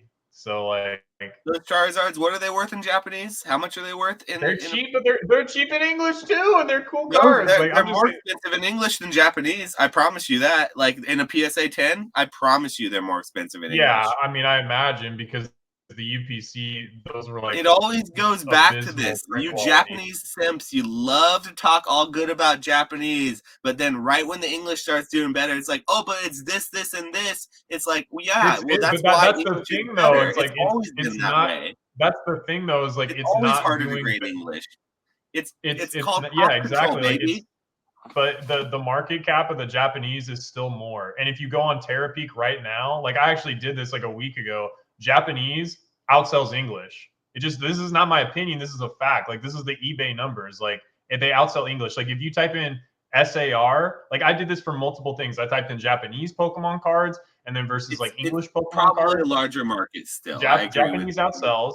And then if you type in SAR, which is Japanese version, versus SIR, Japanese Is that because outsells. of sales volume though? Because there's so many No, more price of wise them. too. Like even price wise, I think for the SAR it was above the English as well. But again, like the market cap is so drastically different. Like the if you do the numbers, the English price will sell for more, but the pop is like infinitely. Like I did this, I did a But live what and do you like mean the showed the market numbers. cap for Japanese is higher than the market cap for English? I thought that the English market was far larger than the Japanese market and the demand. No Are you way, sure? dude. Are you sure that No we way. don't outsell them because we're a larger market and it might not have to do Not per a larger capita? market though. That's the thing. Is like people only want English cards in America. No one cares about English cards outside of America. like maybe in the UK or That's something. crazy to me. I mean, But I believe you. That's sort of news to me though, because I was people in always under other the countries, impression the like, English market was larger. I mean, like think about this. Like when all the Chinese whales were coming and buying up trophy cards, they weren't buying the English trophy cards that were champion stamped or top 16 or top 32. In fact, I remember selling to a Chinese whale, trying to sell my top 16s and top 32s, and he didn't want them. He wanted the Japanese trophy cards that came in every single Champions Festival pack that are easier to grade. So Listen, I remember that boom. I do remember that, and I'm not saying you're wrong about that. I just disagree in a certain extent because under my impression that I've had is that English has always been a larger market cap, even though Go on Terapeak right now, or well, not right now because we're doing the podcast, but like I'm telling you again, I don't care. I have a preference for I'm Japanese not because I trying to like the say you're lying culture. because you have a preference. Yeah, I yeah. don't care. I'm just looking at the numbers, and the numbers reflect Japanese outsells English. The volume is larger. It sells for more. The market cap is bigger. And I did it. I did a live on my channel and went through and showed the numbers. Like one of them was for the Charizard that just came out, like the Charizard from Paldean Fates or whatever versus Shiny Treasure EX. Shiny Treasure EX is a $30 box. The Charizard sells for like 190 or 200 or whatever. The pop was like over 4x English, and English wasn't even selling for double what Japanese was selling for. So the pop, again, 1/4, and it's not even selling for double what Japanese is selling for. So even though it's way harder to grade, way harder to pull, and comes out of a more expensive product that doesn't even have booster boxes, versus over here, the most plentiful available booster box in history, or at least in recent history of the past 2 to 3 years, it's a $30 box, and it's still outselling. And the market cap of that card dwarfs English. I mean, It just is. you're Look at the probably right. numbers. I'm Look at not the saying you're numbers. wrong. I think there's got to be a reason why I had the thought that English was a bigger market. I wonder if that's just on eBay that the Japanese outsells and it's like graded cards and things. No, dude, And maybe it's like the total Pokemon sales of the it's TCG are greater in the English market in the English because I've always been told In America, I think that like more well we again like generate. I thought that the TCG like generated more in the English department. Like they sell more packs, make more. There's more product printed, etc., etc. Even though it's like the OG is Japanese, and there may be more maybe worldwide from like there. the company directly, but the secondary market, like the eBay sales, all the numbers that we can pull from Terapeak and all that sort of stuff, like Japanese outsells. And again, like when you go to That, these like other I said, I think countries, that might be true. Like I believe you, and I'm not saying you're wrong, but I feel like there may be some added extra data that's not extrapolated from there. That because I've always I'm just understood the saying, English dude, like market to be much for larger.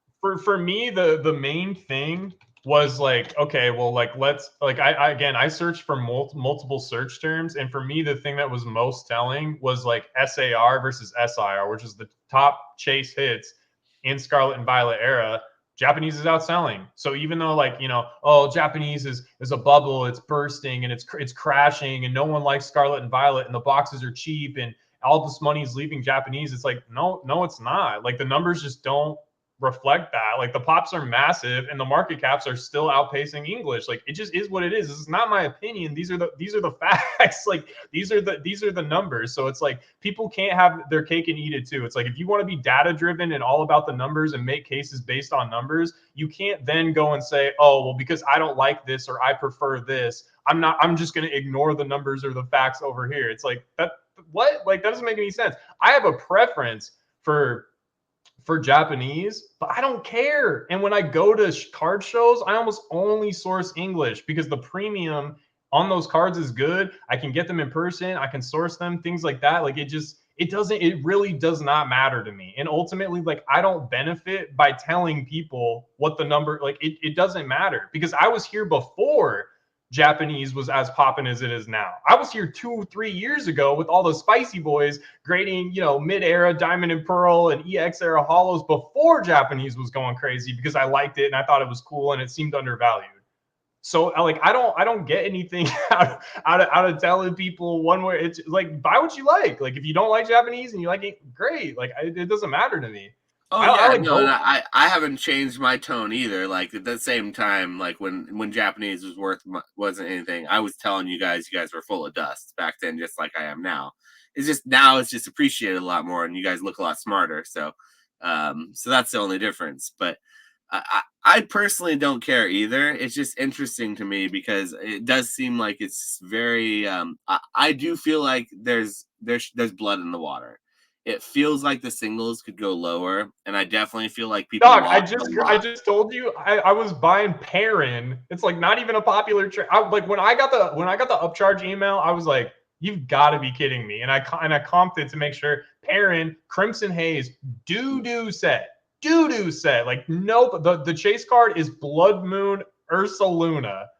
It's like a Paradox, whatever version of Ursaring. Like very few people's favorite Pokemon. That card is a $200 card, and it's a $50 raw card. So, oh, the margins are collapsing. Like, absolutely, margins are collapsing. No one likes that. All the money's like totally, totally. Like, there's no money to be made grading in I Pokemon was anymore. specifically talking about 151 with the reprint, not necessarily the other kind of Okay, crazy. here's okay. So I typed in. Hold on. Can I share my screen really I quick? think so, yeah. All right, hold on. Let me present, share screen.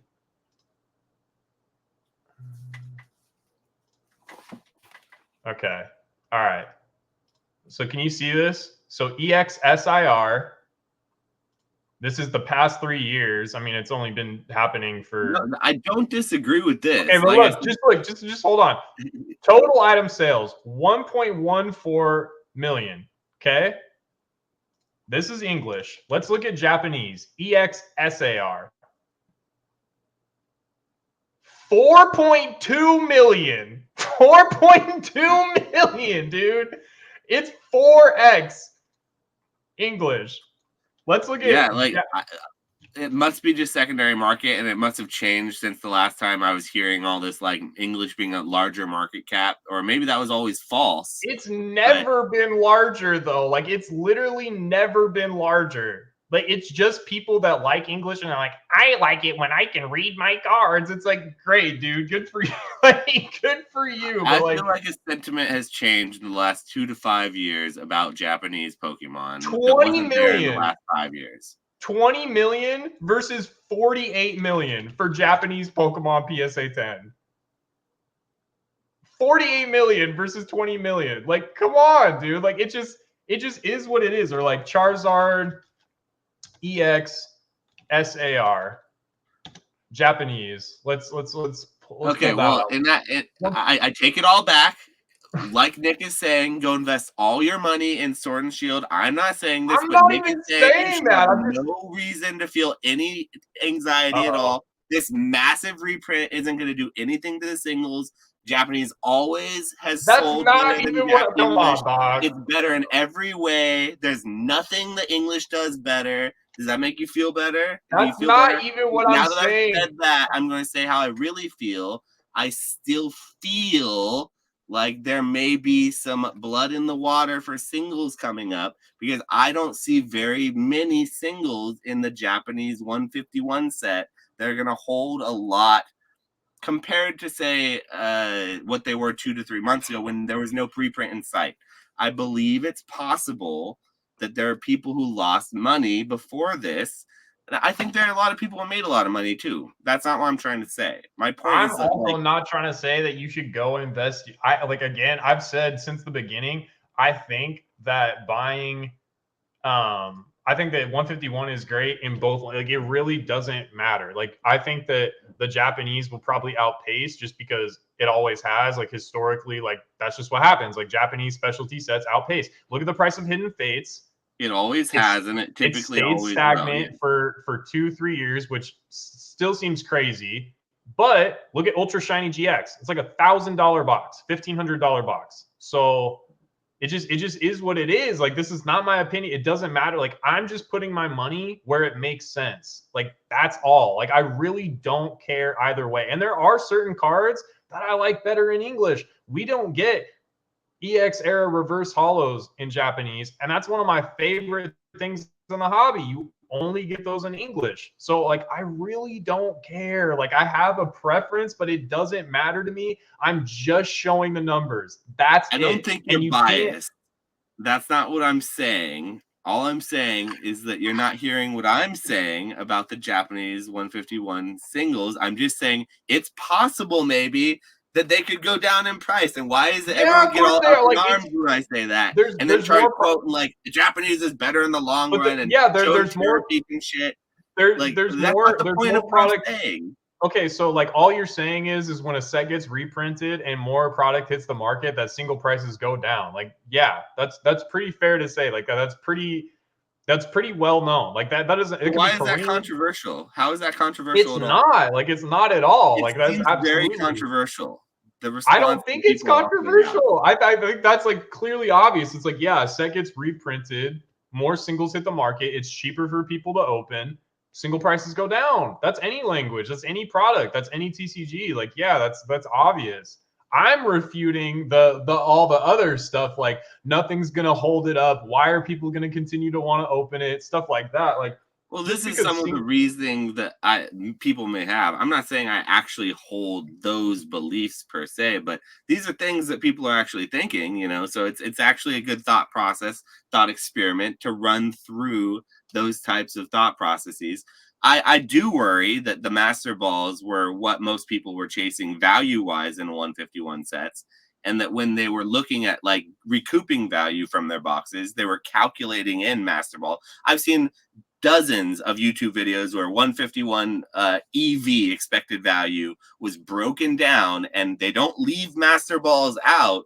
They're calculated in, and they don't calculate them based on $5 a card flat. They do it based on market prices, and market prices were very high at the time. So those prices of boxes were brought up by the singles prices.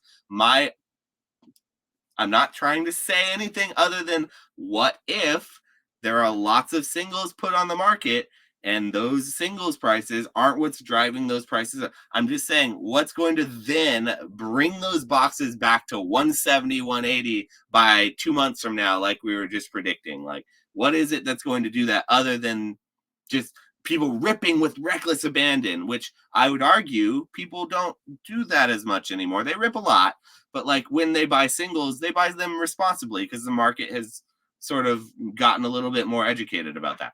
That's all I'm sort of I saying. think And I think sometimes it goes both ways, right? Because like Evolving Skies, you could argue the price on the sealed got pushed up because the price on the chase cards was so strong. But in a case like Brilliant Stars, that stuff was all really cheap. And then when it sold out on Pokemon Center, then the singles started to move. So it's not always like a well, one way or the other. Sometimes there's plenty of I mean, like look at Steam Siege. Like that all the singles in that set are still really cheap. And just because the box is rare and was in a lower printed era, blah blah blah. Like that, even that box is expensive. Same thing with like Rebel Clash and Crimson Invasion and all that stuff. So, but yeah, like Brilliant Start. Like I bought a couple. I bought a few of the Umbreon, the Karen, the V, the Umbreon V. I think I don't know if it's character rare, CSR, whatever the rarity is called, but the V from Brilliant Stars. I bought like a few of those like a couple weeks ago, and I think they were like $15. And then as soon yeah, that's the VMAX version. That's the VMAX, but the oh, the V V one, but one, yeah. yeah, it's a little cheaper. But yeah, I bought a few of those. They were like $15, and Brilliant Stars sold out on Pokemon Center, and now that card's like $30. So that was like a reverse thing. The box sold out first. The box started going crazy and inducing FOMO, and then that drove the singles prices up. Whereas like with Evolving Skies, Umbreon and Rayquaza have been so strong for so long, and there's been so much demand for it. That's probably driven people to continue ripping the boxes to try to get those cards, and so that drove the price of the sealed up. So like it works both ways. Do I think that like random Pokemon that aren't Pikachu, Gengar, and Mewtwo, do I think those Master Balls are going to get pretty cheap? Yeah, like yeah, probably. Like they probably will, but like I think the top tier Pokemon are still gonna hold some decent value. And honestly, like it's probably a good thing in the short term for it to be cheap for people, because most people are not buying like 5 or 10 master balls. Most people are trying to set complete master balls. And when you're paying like 25, I think I was selling like Golbat and stuff like that raw for like 20, $25. That's just not affordable when the set is like 100 and whatever cards, to be paying like $20 for random Pokemon like Rattata and Golbat, and you know what I mean? So like if the cards go down to like $3 to $5, great. Like then people can actually affordably put that together as a set and have a full master ball set. Like it's pretty prohibitive to try to be paying like $20 a pop.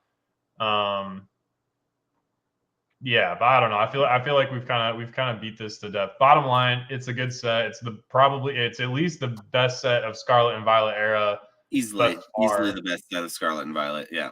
Um, and I regardless of language, I mean, I don't really know how Korean reprints work, but like I almost feel like you could buy literally almost any language of this, and I kind of want to be careful saying that because I don't know how Korean and Chinese reprints work. So I would probably stick to English or Japanese, but I just feel like the demand for this set in general is so strong that it almost doesn't even matter what language you buy it in, just as long as like you get some of it, The people are gonna first want time I've ever said this is the only time I've ever said this about 151 Japanese, is I think this is probably one of the only times I've felt somewhat comfortable buying it.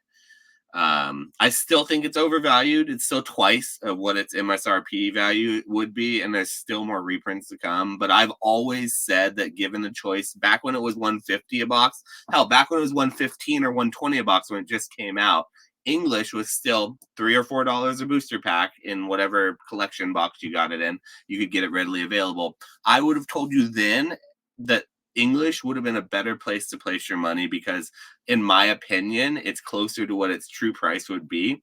Whereas the Japanese had 3 or 4 times X by that point, and it had just come out. So I personally think that that was good advice then, and the people then, if they would have listened to me, would have been much less cooked than if they would have not listened to me and bought it when it was 150. But now I feel differently. I feel like $80, even though it's twice as much as MSRP, I think the English has started appreciating more. So now it's like 1.5 times what it was. And you can't really find ETBs for $50 anymore out in the wild. So I do think that the Japanese, given the choice between like a $60 English ETB and like a $80 Japanese booster box, I think the $80 Japanese booster box feels way better now. And I've never said that about this set before, but I do still feel like there's a chance it could go lower, and that would be a good price, an even better price. And I won't change my tone. I still feel like if it goes lower, it's still a good price to buy. It just will be like a buying on the way down kind of thing. But now at about $80, I do think it's a good price, even if I don't like the set. Like I like the English one better, but well if if I was they looking at one or the other, I would have a hard time choosing between the two, even me. if they reprint it in English, I can't imagine that they would do too many UPCs. It'll probably be like booster bundles and Mhm. ETBs and stuff. So And they will reprint it in English. Do yeah, not make any mistake about it. It will get reprinted. We haven't had an announcement yet. People are all up in the air about it. It's starting to go up now, so people are getting nervous, but it will get reprinted. I'm more than confident about that. We still have a whole year or two before while it runs its course, you know. yeah, it's a good product though. Like having that Mew and that Mewtwo in there, like it's not the price per pack isn't good if you're trying to open it compared to like a booster bundle or an ETB, but like for a long term sort of hold type thing, that might be the best performing product from the English side of things. I think if you're trying to sell to like a breaker, I don't know, like it might not be the most liquid, but it might be the best performing price wise. I think the most liquid is going to be the booster bundles because you can sell those to a breaker and it's like no fuss. They just kind of open it and they have a ton of packs versus like breakers probably aren't going to be wanting to buy UPCs because the cost per pack is a lot higher, so they can't make as much or they can't give like good prices to people on stream. So I think for liquidity, I would be picking up booster bundles, but for like long term Stonkaroonie percentage gain, I think the UPC is probably the better product. So the UPCs are about $100 right now. 90 to $100 you could probably get them for. And Japanese booster boxes are roughly, you get them for better than this, but I know that for the general public, you get it on eBay, you get it for like 90 to $100, or at a show or something, 90 to 100. What would you rather have? The English UPC at $100 or Japanese booster box at $100? I think timeline on that matters. But like if I had to buy one today, I think I'm just going with like historical data and like what's happened, and like I'm bullish on Charizard UPCs, but like it took a long. I think in a shorter term period that the Japanese booster boxes are just gonna. I think they're just gonna recover. I mean, I watched them recover crazy over like the past week or two. Like I watched them hit a low, and then I watched them like get eaten up and rocket back up like $200 to $300 a case overnight. So I don't know what the May reprint size is going to look like. It might be held, the box price, the single box price might be held down a little if it's available on Pokemon Center Japan for a while, but it's only limit two on Pokemon Center Japan too. So like that's something to factor in. But yeah, I don't know, dude. Like I'll go on the record. Like I just think end of the year, I wouldn't be surprised, depending on how big that reprint is, if the boxes are right back up to like 175 or $200 a box. I really, I don't know. Like I'm, the sheer demand of this set has been, and on the other side of that, I think that 151 English is going to be the best performing product in Scarlet Violet long term too. Um, it's just the set itself. Like it doesn't even matter what language it is. It's just the set. It brought so many people back into the hobby. So many people love that set. It's got all people's favorite Pokemon. It's just a banger product. It's gonna do well. Don't try to big brain it. Like don't try to play the contrarian and be like, oh, well, I'm gonna go over here and buy this instead because it's cheaper. It's like, dude, just spend up a little and get the better set. In my opinion, I don't know. That's just how I feel. I personally like the UPC better than the booster boxes for 151 because the UPC comes with the two best cards, or one of the best cards in the set, just automatically in every one, the Mew. And you can pull it out of the booster box for 151. You can pull everything else, but the only other thing that the 151 Japanese has going for it that the UPC doesn't is going to be like the Master Balls, and you already know how I feel about those. You get the play mat with the UPC, you get the great promos. I think it's a really great product. So yeah, what 16 booster packs too. That's almost a whole booster box worth of like Japanese, and like it's not just one SIR. You can get 16 SIRs in English, or you can get zero. So there's nothing, it's much more random. And to me, that's always what I like. So I'll go out on the record and say, I'll say the opposite. I like the English UPC better, but yeah, and I think it'll do better appreciation wise by the end of the year too. I actually think it will.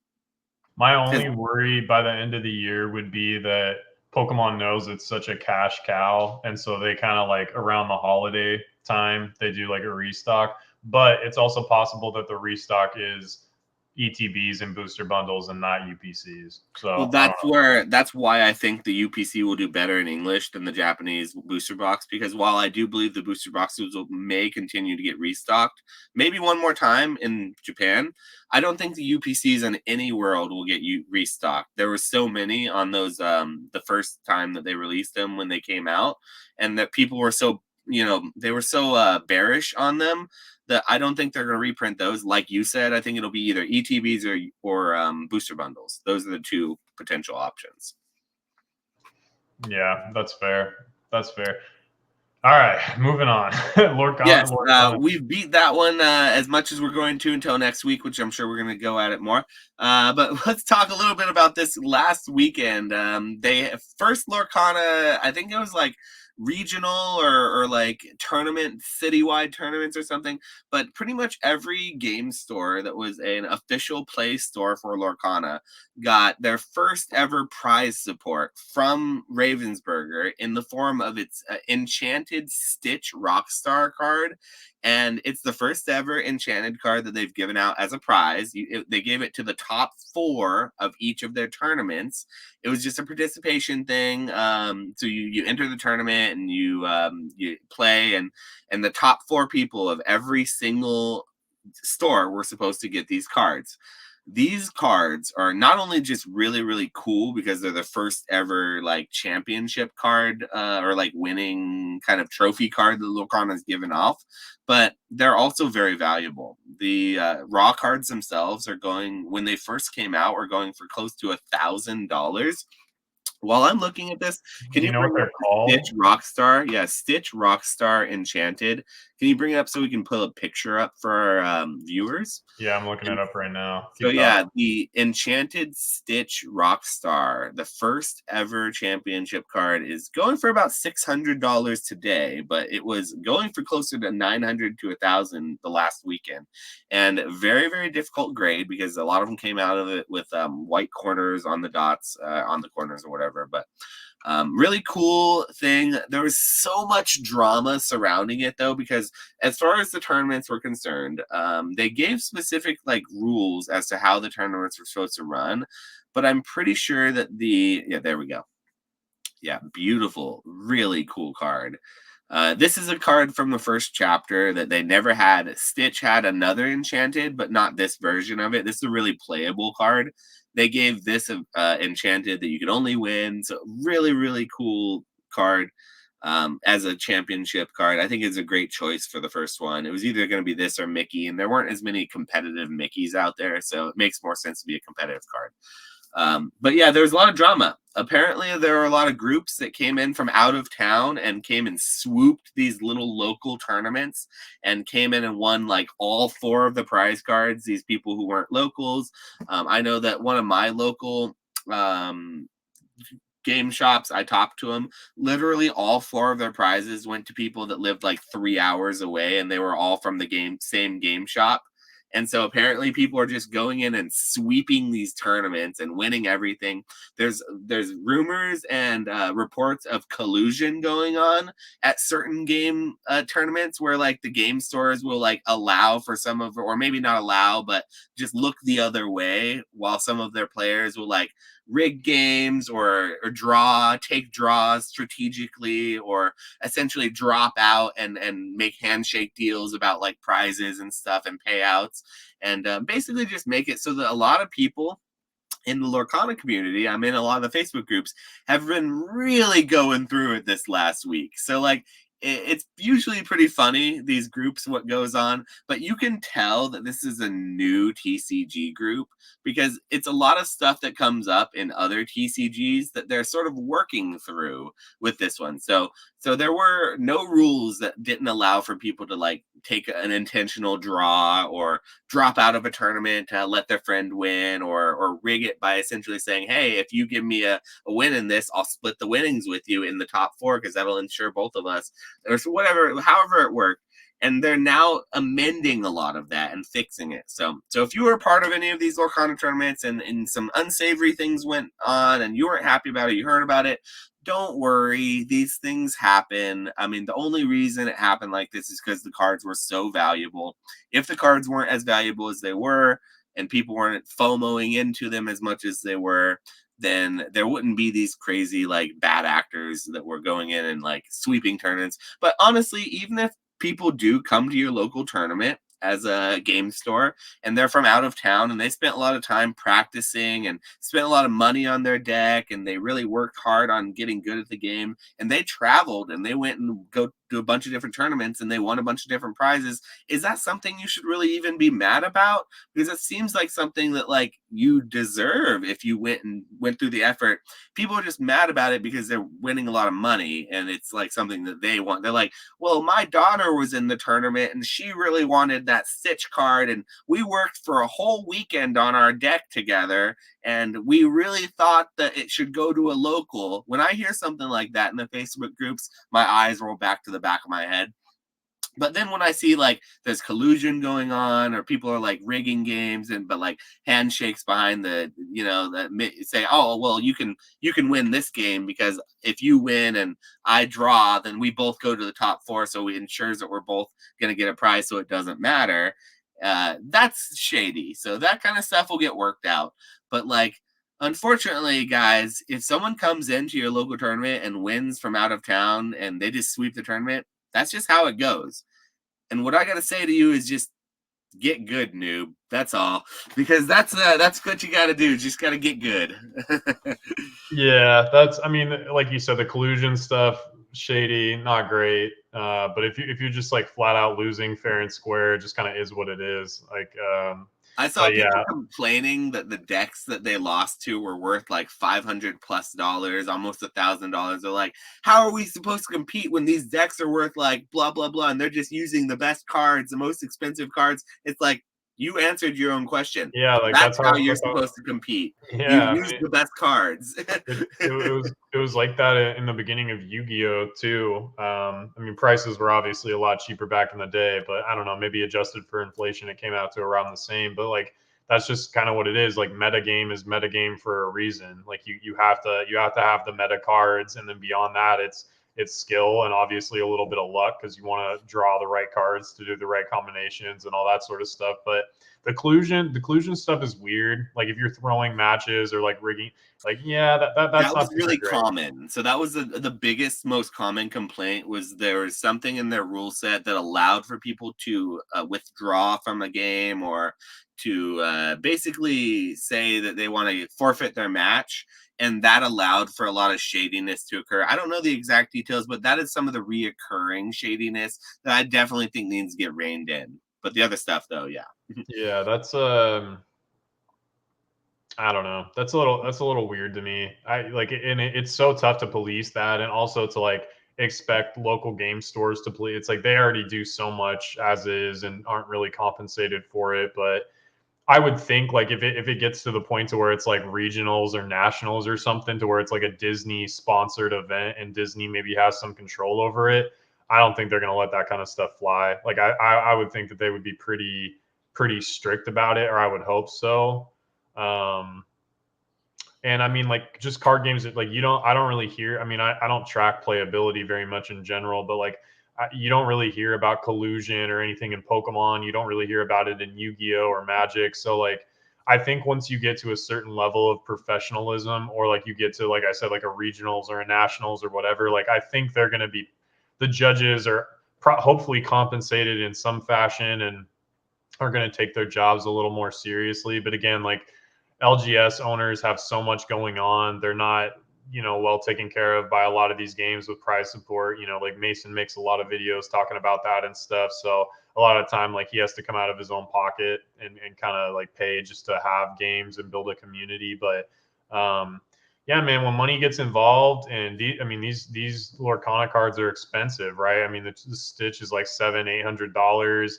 Elsa Enchanted is like what, like 1,500. Like there's a lot of money behind this game for sure. And I don't know what the prize money is going to look like if you actually win, like a higher level tournament in Lorcana. But I imagine it's going to be pretty chunky, right? It's like it's sponsored by Disney. Disney's got no shortage of cash, so like I think I can't imagine they'll do prize like that. I don't think they'll do money prizes. I have a feeling that they're going to keep it to like prize in the form of like product or like prize cards with booster boxes, prize support in that regard. Just because of it being Disney, I just can't imagine that they'll pay out cash. Like it feels too gambly or too like it's not, but it feels kind of cringy, like for children to be involved with that kind of thing.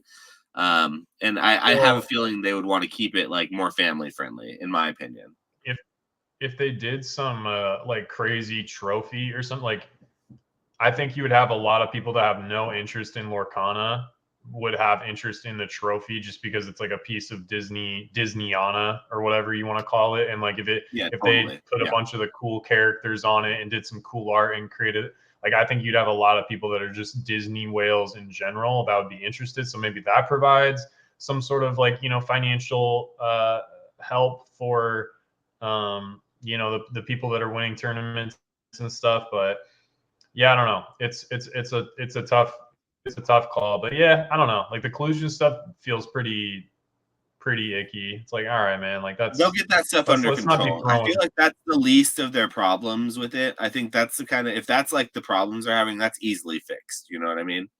The fact that there's this much crazy demand for it and that there's about 5 to 7,000 of those stitches out there estimated, and they're holding about that much value. It's pretty good. It's pretty good for just being given out. Yeah, I mean, the same thing happened with a lot of those One Piece cards, like when the different tournament One Piece stuff. Like, it's so interesting to me though that people are paying for all of these trophy cards out of these new games, and then like Pokemon trophy cards have kind of been like stagnant, and in fact, a lot of them are kind of down a little bit. It's like, wait, so you're willing to spend $10,000 over here? Do you know what you could get in Pokemon in the trophy card realm for that? Like, it's One's that's speculative kind of, and the other is more considered to be like just, man, it's doing its thing. yeah, but to me, like if I had to spend 10K on trophies, like I probably would pick Pokemon. Like I think this other stuff has a lot more room to come down, whereas like the Pokemon stuff maybe has room to keep going up. But I don't know. I could be wrong there They too. would say the same. Anyone who felt it differently would say the same about the other card games. They'd say, well, it has a lot of room to keep going up. It's so new. And so it's doing this well this early. Consider if it keeps on doing how well it will do later. That's kind of the other side of the argument. I agree with you personally. I don't adhere to that other side. But that's kind of what I think the other side would probably say is like, well, it's early for these card games and these could really continue to take off.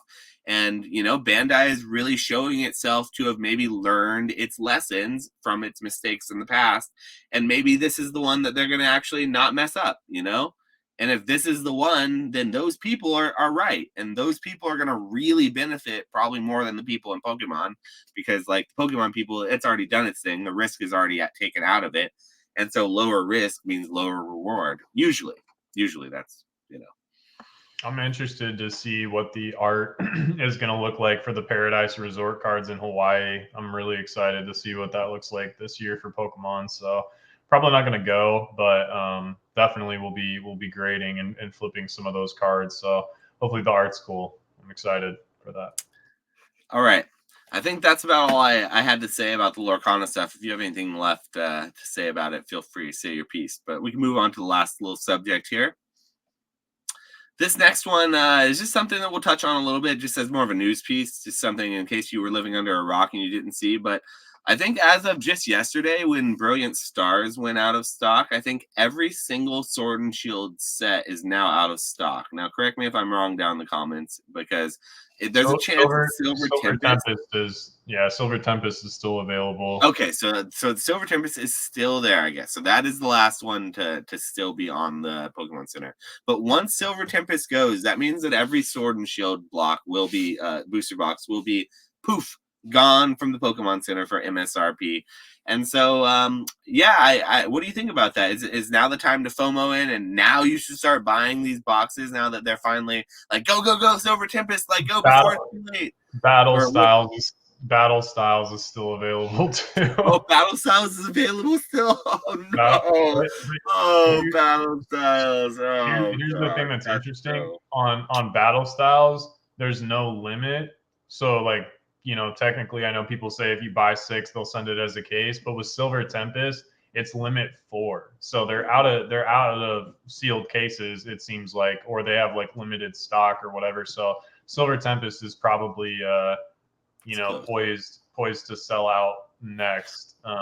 It's just so funny to me that like you scroll up and like Twilight Masquerade is 162 and Silver Tempest is 143. It's like, okay, well, would you rather have an older box for $20 cheaper? The Scarlet and like, I don't know. That's so funny to me. I don't know. Yeah, That's I would that's love kind to of see the metrics as far as like how many people are buying booster boxes on the like for MSRP from the new sets on Pokemon Center. I have been one of those people. I bought Rebel Clash when it was on Pokemon Center when it came out, because I think when I was first like getting back into the back into the hobby after I like left, came back, left again, and coming back again, Rebel Clash was like current. That was like something that was like just coming out, and I think it was like 120 or something on Facebook, and I was like, I'm just gonna buy it from Pokemon Center for like 140 and get a little plushie and get free shipping and have it from a safe source kind of thing. So I wonder how many people actually buy it knowing that it's more expensive, because I was one of those people for about $20 extra. I was in for $20 extra from Pokemon Center. I was okay with that.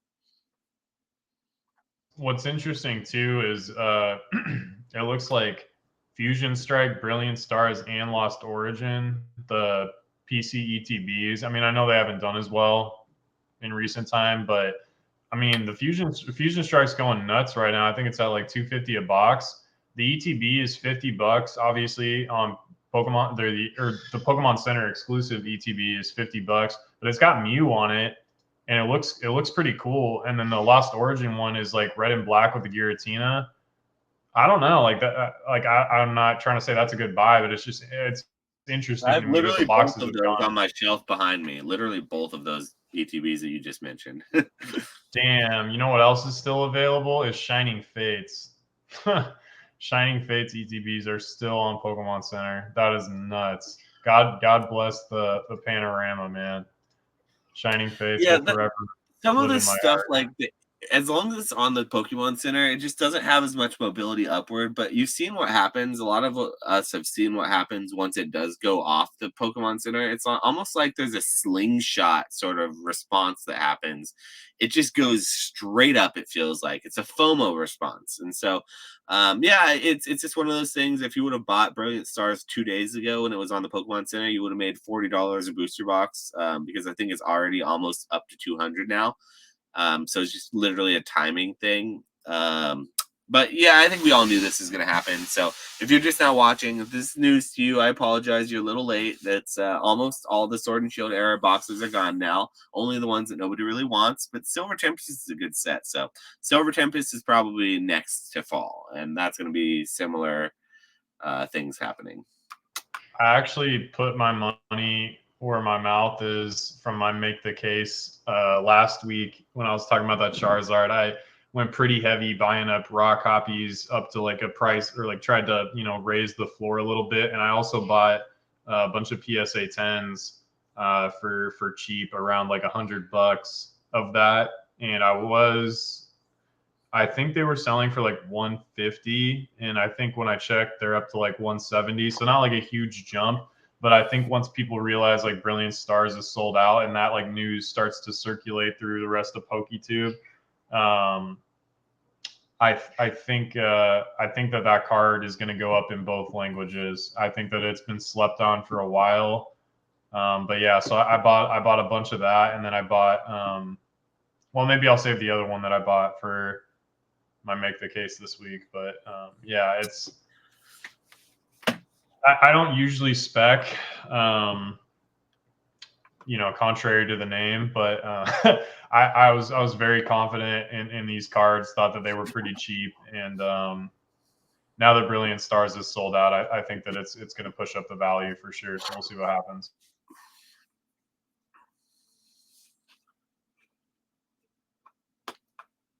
All right. I'm gonna let you go first on Make the Case, because I don't really know what I'm gonna use for mine yet, because I haven't came up with one. So I'm gonna think about some of my most underrated products that I think right now, the things that I've been actually thinking about this, not for Make the Case specifically, but for my own purposes. And so this is going to be a good reason, or a good one for me to kind of finish with. But why don't you do yours first so I can have a little extra time on it?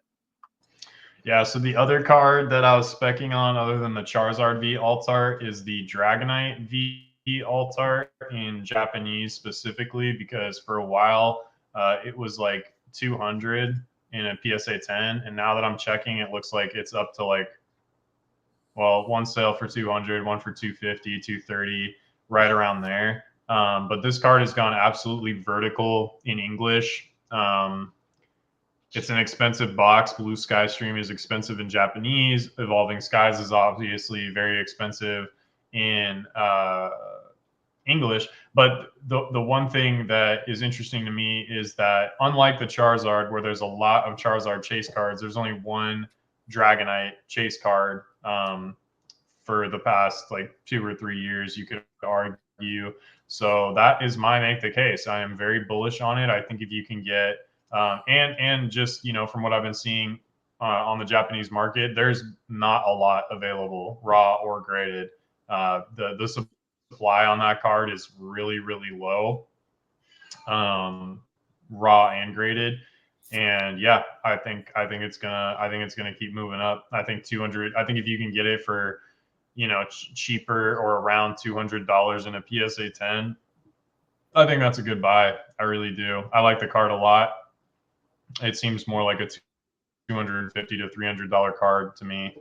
Am I Yeah, supposed so to be that's choosing that's my single cards? Because I feel like both weeks you've chosen a single and I you have chosen more sealed. Because this one can I'm you can pick thinking, whatever. If you're bullish on like a sealed product or something like that, it's just like something that you're trying to make, not shill. It's not make the case like shill it, but something you're like, yeah, like I'm bullish on this. Like I think here's the reasons why kind of deal. So it can be whatever you want. It could be a PSA 10, it could be a raw card, it could be sealed, um, whatever strikes your fancy. So why? What are you thinking? What are you thinking okay, about? well, reason being is because this is something I feel like this is something that I'm going to use like this weekly segment to help myself determine what I'm going to be like looking at personally because I am every time I get them, I sell out of them as quickly as I get them. Because I rip them open and I sell the contents. But something that I don't have not a single one of, but I continuously get more and sell as quickly as I get are the Charizard UPCs, the English Charizard UPCs. And so my make the case is going to be for cases of the Charizard UPCs. You can still get these things for like $360 for like a sealed case, which is that's like $90 each. So it's like $10 less. They're going for like $100, I think, on TCG Player or something, maybe a little more, maybe 108 or something. But you can get them for like 350, 360 a case. And personally, I sell the promos inside. I break them down and I grade the gradable ones and I sell the non-gradable ones raw at shows for between $15 and $20 each. Usually $20. I think the sleepy one is like 15. But like the VMAX one's an easy $20 bill. And the V Star is an easy $20 bill at a local show. You just put it in your case with a price on it, and it sells. The Evolving Skies booster packs, there's 3 of them, and every single one of these sell for $15 each. No problem. Every time they sell for $15 a pack. And I'm thinking about raising my price to $20 soon. So if you do the math, if you sell just 2 of the 3 promos, for $20 each, you save 1 to grade, one of the 3 that's the best, because you probably won't get all 3 to grade. And then you sell just the Evolving Skies packs, that's $45. Do the math with me, folks. That's $85 selling just 5 of all of the products that are in there. What's that leave behind? That leaves behind a ton of Lost Origin booster packs, sleeves, a playmat, like a Vivid Voltage booster pack, a couple Darkness Ablaze packs, like I think there's a couple Silver Tempests in there. Like it leaves What you do, maybe what are you Astral paying? Radiant. What have you been buying the UPCs for all in? What are they up About to now? 350 to 360. I like 350, but most people won't let them go that low. You have to pay friends and family, and I don't really like doing that with new Wait, for a people. case? For a Yeah, case or 360 a case. Yeah, oh, 360 so it's not shipped even a case. $100 a Like UPC? $90 each, and you can get them loose for like Wow. $80 if you like, people package them together. If you really scour the Facebook groups. So for me, at anything under $100, because you're getting like $85 just selling 5 items and keeping one of the good ones, the gradable single, that's in the sealed pack. I'm saying you get to keep the best one of those, so you can grade and make more money potentially off of that. You're already making your $85 back, and then like you got some extra stuff that's like really good. So we've said this since the product came out, but it really hasn't moved much. And I personally, as these sets are selling out, these awesome Sword and Shield sets are selling out left and right on the Pokemon Center, why not just buy it in a collection box where you get all these sets and some great stuff included, and then get some stuff to add to your grade pile. So yeah, make the case. I'm actively buying them right now. I just posted in 2 Facebook groups before this this whole podcast. So like I've gotten a couple messages, so you can still get them. But I think they're starting to disappear a little bit these days. So that's what I'll That's make the case for. I thought they were up to like 120 for some reason, but dude, if you can get them for like 80, $90, that seems like a no-brainer. And I mean, like, I don't know what's Evolving Sky. Isn't Evolving Skies like 700 a box? 600, 700, yeah, something like that. Yeah. Yeah, I'd be charging $20 a pack at a show then for sure. The going Yeah, rate's 15. That's what everyone else charges right now. So you kind of have to wait for the okay. rest of the herd to move up before you really do that. But it's on its way to 20. It really is. Yeah, that's bonkers, man. I almost like that. I didn't even know that they were still that cheap. I kind of want to. I kind of want to back the truck up. Can you still get those from distribution or no? Like you have to No, buy those in a you haven't been able to get those Facebook for a group. while. But people bought so Okay. many of them, and they sat for like at $100 for so long. And with this last 151 reprint, people are trying to get liquid. They're trying to sell their English stuff to then buy into the Japanese 151 reprint. So I've been able to scoop up some pretty good deals in the last week or two just based on that alone, I think. Well, if you have anybody that has like, if you end up finding anybody that has a lot and you don't want to buy them all, like hit me up and I'll buy the rest. Like I'd love to have those packs for shows and stuff like that. You I didn't see, even my know make that the they were case is still. already working. It's working on my I co-host know. already. I know. I'm FOMO and heavy. Yeah, no, I would definitely. I would About to move definitely the buy needle some of on those. these babies. They're Yeah, starting no, to go. maybe. Yeah, maybe we can buy out the floor. I mean, like, honestly, too, No, I would just be PokeRev like, just dude. made a video about it in the last 3 days, so it's not just us. I think people are starting to realize it. That's not why I'm saying this, but I do know that Pokemon Rev just made a video about these. I guess. Oh, okay. Yeah, I mean, I would just be like, dude, just open the box and send me the contents. Save a little on Right? Yeah. shipping. Save yourself shipping. Yeah. Yeah, like, but yeah, man, if you find somebody that has like 50 of them or something, like, and you don't want them all, hit your boy up and maybe we can get a better deal. Because, yeah, the only English packs I have, uh, I hate to say it, but it's Sword and Shield base. So it's pretty dark. I mean, I have some English. I have some English Yu-Gi-Oh packs too, but the only English packs I have loose are like blisters of the Sword and Shield base that I got for a deal a long time ago. But yeah, I'd like to have some some of the other sets on the table for sure to sell people packs at shows. That would do really well. So Yeah, so that's my make yeah. the case. I think it's a good one. I think that's still undervalued. I've always thought it was undervalued, but now it's like with the sets selling out, it's good timing. So I think that's a wrap. That's a podcast. So if you guys made it this long, 2 hours and 20 something minutes into the podcast, we greatly appreciate it. Leave a comment, a like, a subscribe if you feel up to it. Maybe check out some of our other content. I know I'm not putting out a lot of other content these days, but I am going to probably start trying to do like a weekly or a monthly segment. I'm not going to spoil what it's going to be, but I had an idea the last week that's something that I don't think is being done in the Pokemon world so much. And so I'm going to maybe try a new little type of content. We'll see. So, but Okay. yeah, I'm interested to. subscribe. You still need to do your card show stuff, dude. We still need Dude, I vlogs. filmed some. It's really hard. It's one of the things I'm not even going to try anymore until I get a better setup for it because I actually legitimately tried to film card show content and I got some, but like unless you get a full you got to get the full story. It looks really segmented. It looks weird and it just feels like you're just posting an Instagram reel or something. So like you have to have some storytelling involved with it. And it's a lot harder and there's a lot and when you're doing these shows just by yourself, and you're doing it packing in, packing out, it's just not realistic. So like I'm not even gonna try until I get a better setup situated because that's what I realize I need. Shout out to Ernie, a friend of mine local. I think his channel is Earn Collects. Homeboy spent like almost $1,000 right up front on his like video equipment and stuff and did card show content at his like first time vending and just knocked it out of the park and did a great job. So like it really inspired me. I'm like, all right, yeah. So you really do. It helps to really put the extra capital into it. I'm not saying I'm gonna drop $1,000 like crazy, Ernie did. Shout out Ernie, you're the man. But I'm gonna probably get a bit more of a setup going so that it's like I don't have to actively think about filming. It's more of like I can set it and forget it. So don't expect to see card show content. I'm not even trying anymore because I know that I can't do it well because I've been trying. But like expect maybe in the future to see a little better when I do get because I plan on getting a setup for that kind of thing. But this is different. This is different Okay. content. I Plan something I different, rec- totally different.